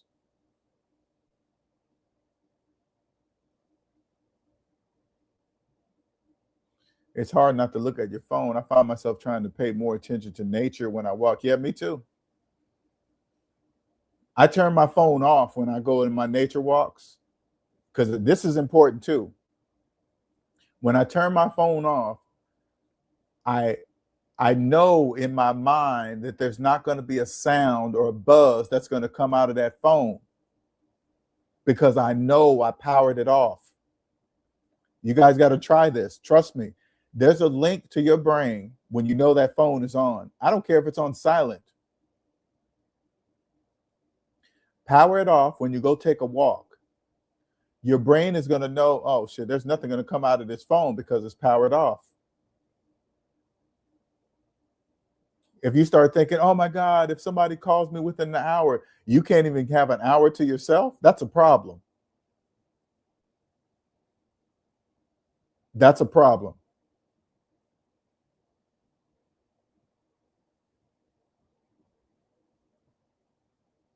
Oh yeah, this is the new addiction, baby. Now remember, SMD family, you ready to start a business? Come up with some social media recovery program that helps people get off of social media and detach, because that's a thing. That's a money maker. How is it a money maker? Because it's going to be forever. People will be forever addicted to social media. So that's forever money. So you can make a lot of money helping people. Just like I do the SMD family. I help you guys get out of debt. Same thing. All dopamine release. You're exactly right, James. Exactly. You're right. It only takes 1 second too long, and that algorithm got you. I was looking at a wallet. I was like, oh, that's a cool wallet. Next thing you know, I got 50,000 wallets coming across my TikTok timeline. I'm out of here. See ya. Social media addiction, once they added it to the phone, it was a wrap. Social media addiction is real, people. That's real. It's one of those addictions, one of those acceptable addictions, almost like alcohol. Oh, people are drunk driving and crashing into each other. Then stop selling the alcohol then. Okay, stop selling it. Oh, we can't do that. It's too much money. Exactly. It's real simple. Drunk driving, yeah, stop selling alcohol. See what happens. They can't do that. Hey, cigarettes cause cancer. Stop selling cigarettes. Oh, that's too much money. Can't do that.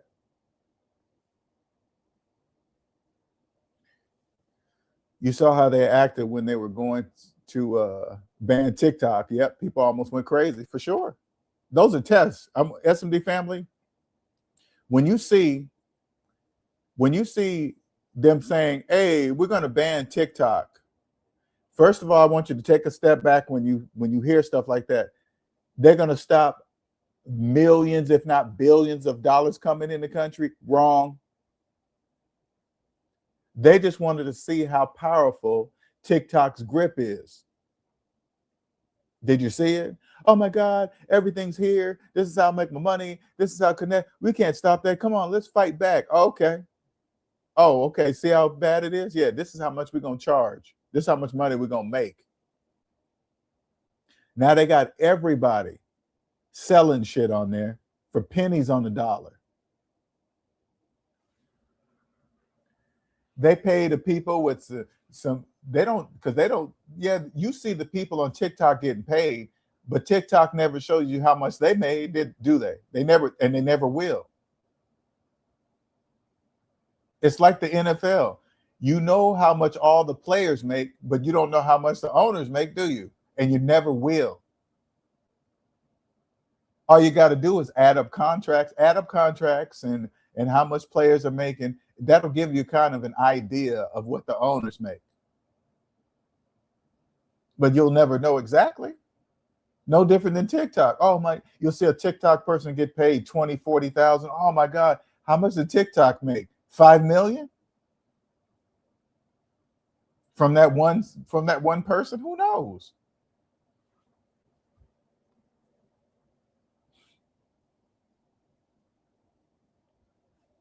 I'm Elon.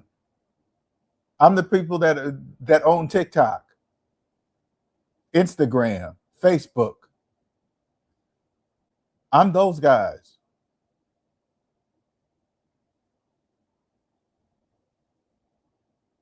I'm Apple. Millions of plugs. I sell millions of plugs into the debt matrix. Millions. And they're financing them. You think there would be this many Apple phones if Apple said, we're not selling any phones if you got to finance it? Guess what? Bye-bye, Apple.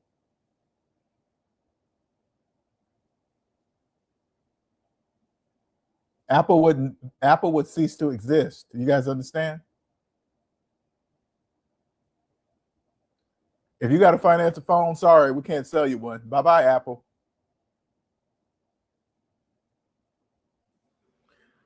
All right, it's been a couple hours. I'm about to wrap this up. Thank you, everybody, for joining. SMD family members, you catch it later. Leave a comment. If you need to contact me, I got my email address in the details of this video.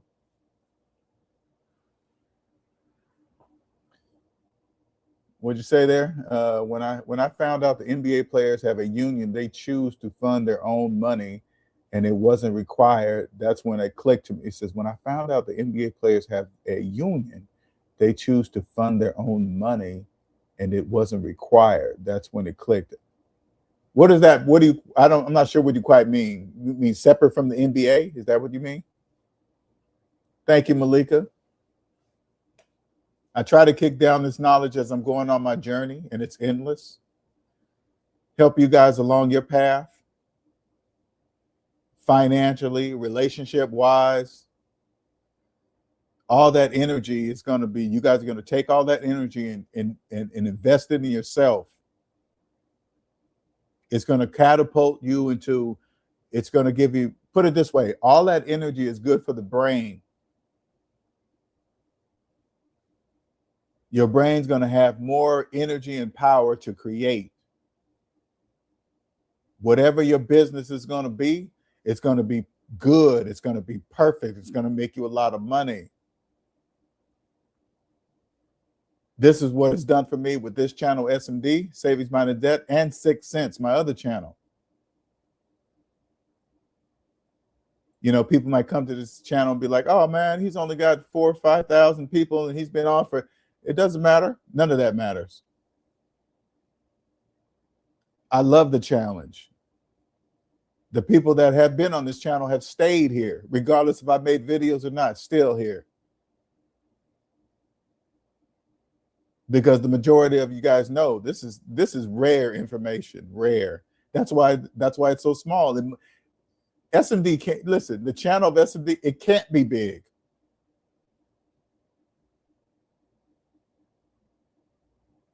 SMD is, to me, SMD is designed for the few wealthy people, smart people. The people that understand that the majority cannot know this information. They can't.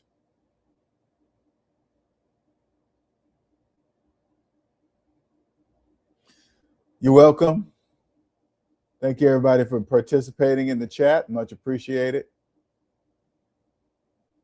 Anybody still here? Say goodbye. Thank you very much. Until next time. All right. Later.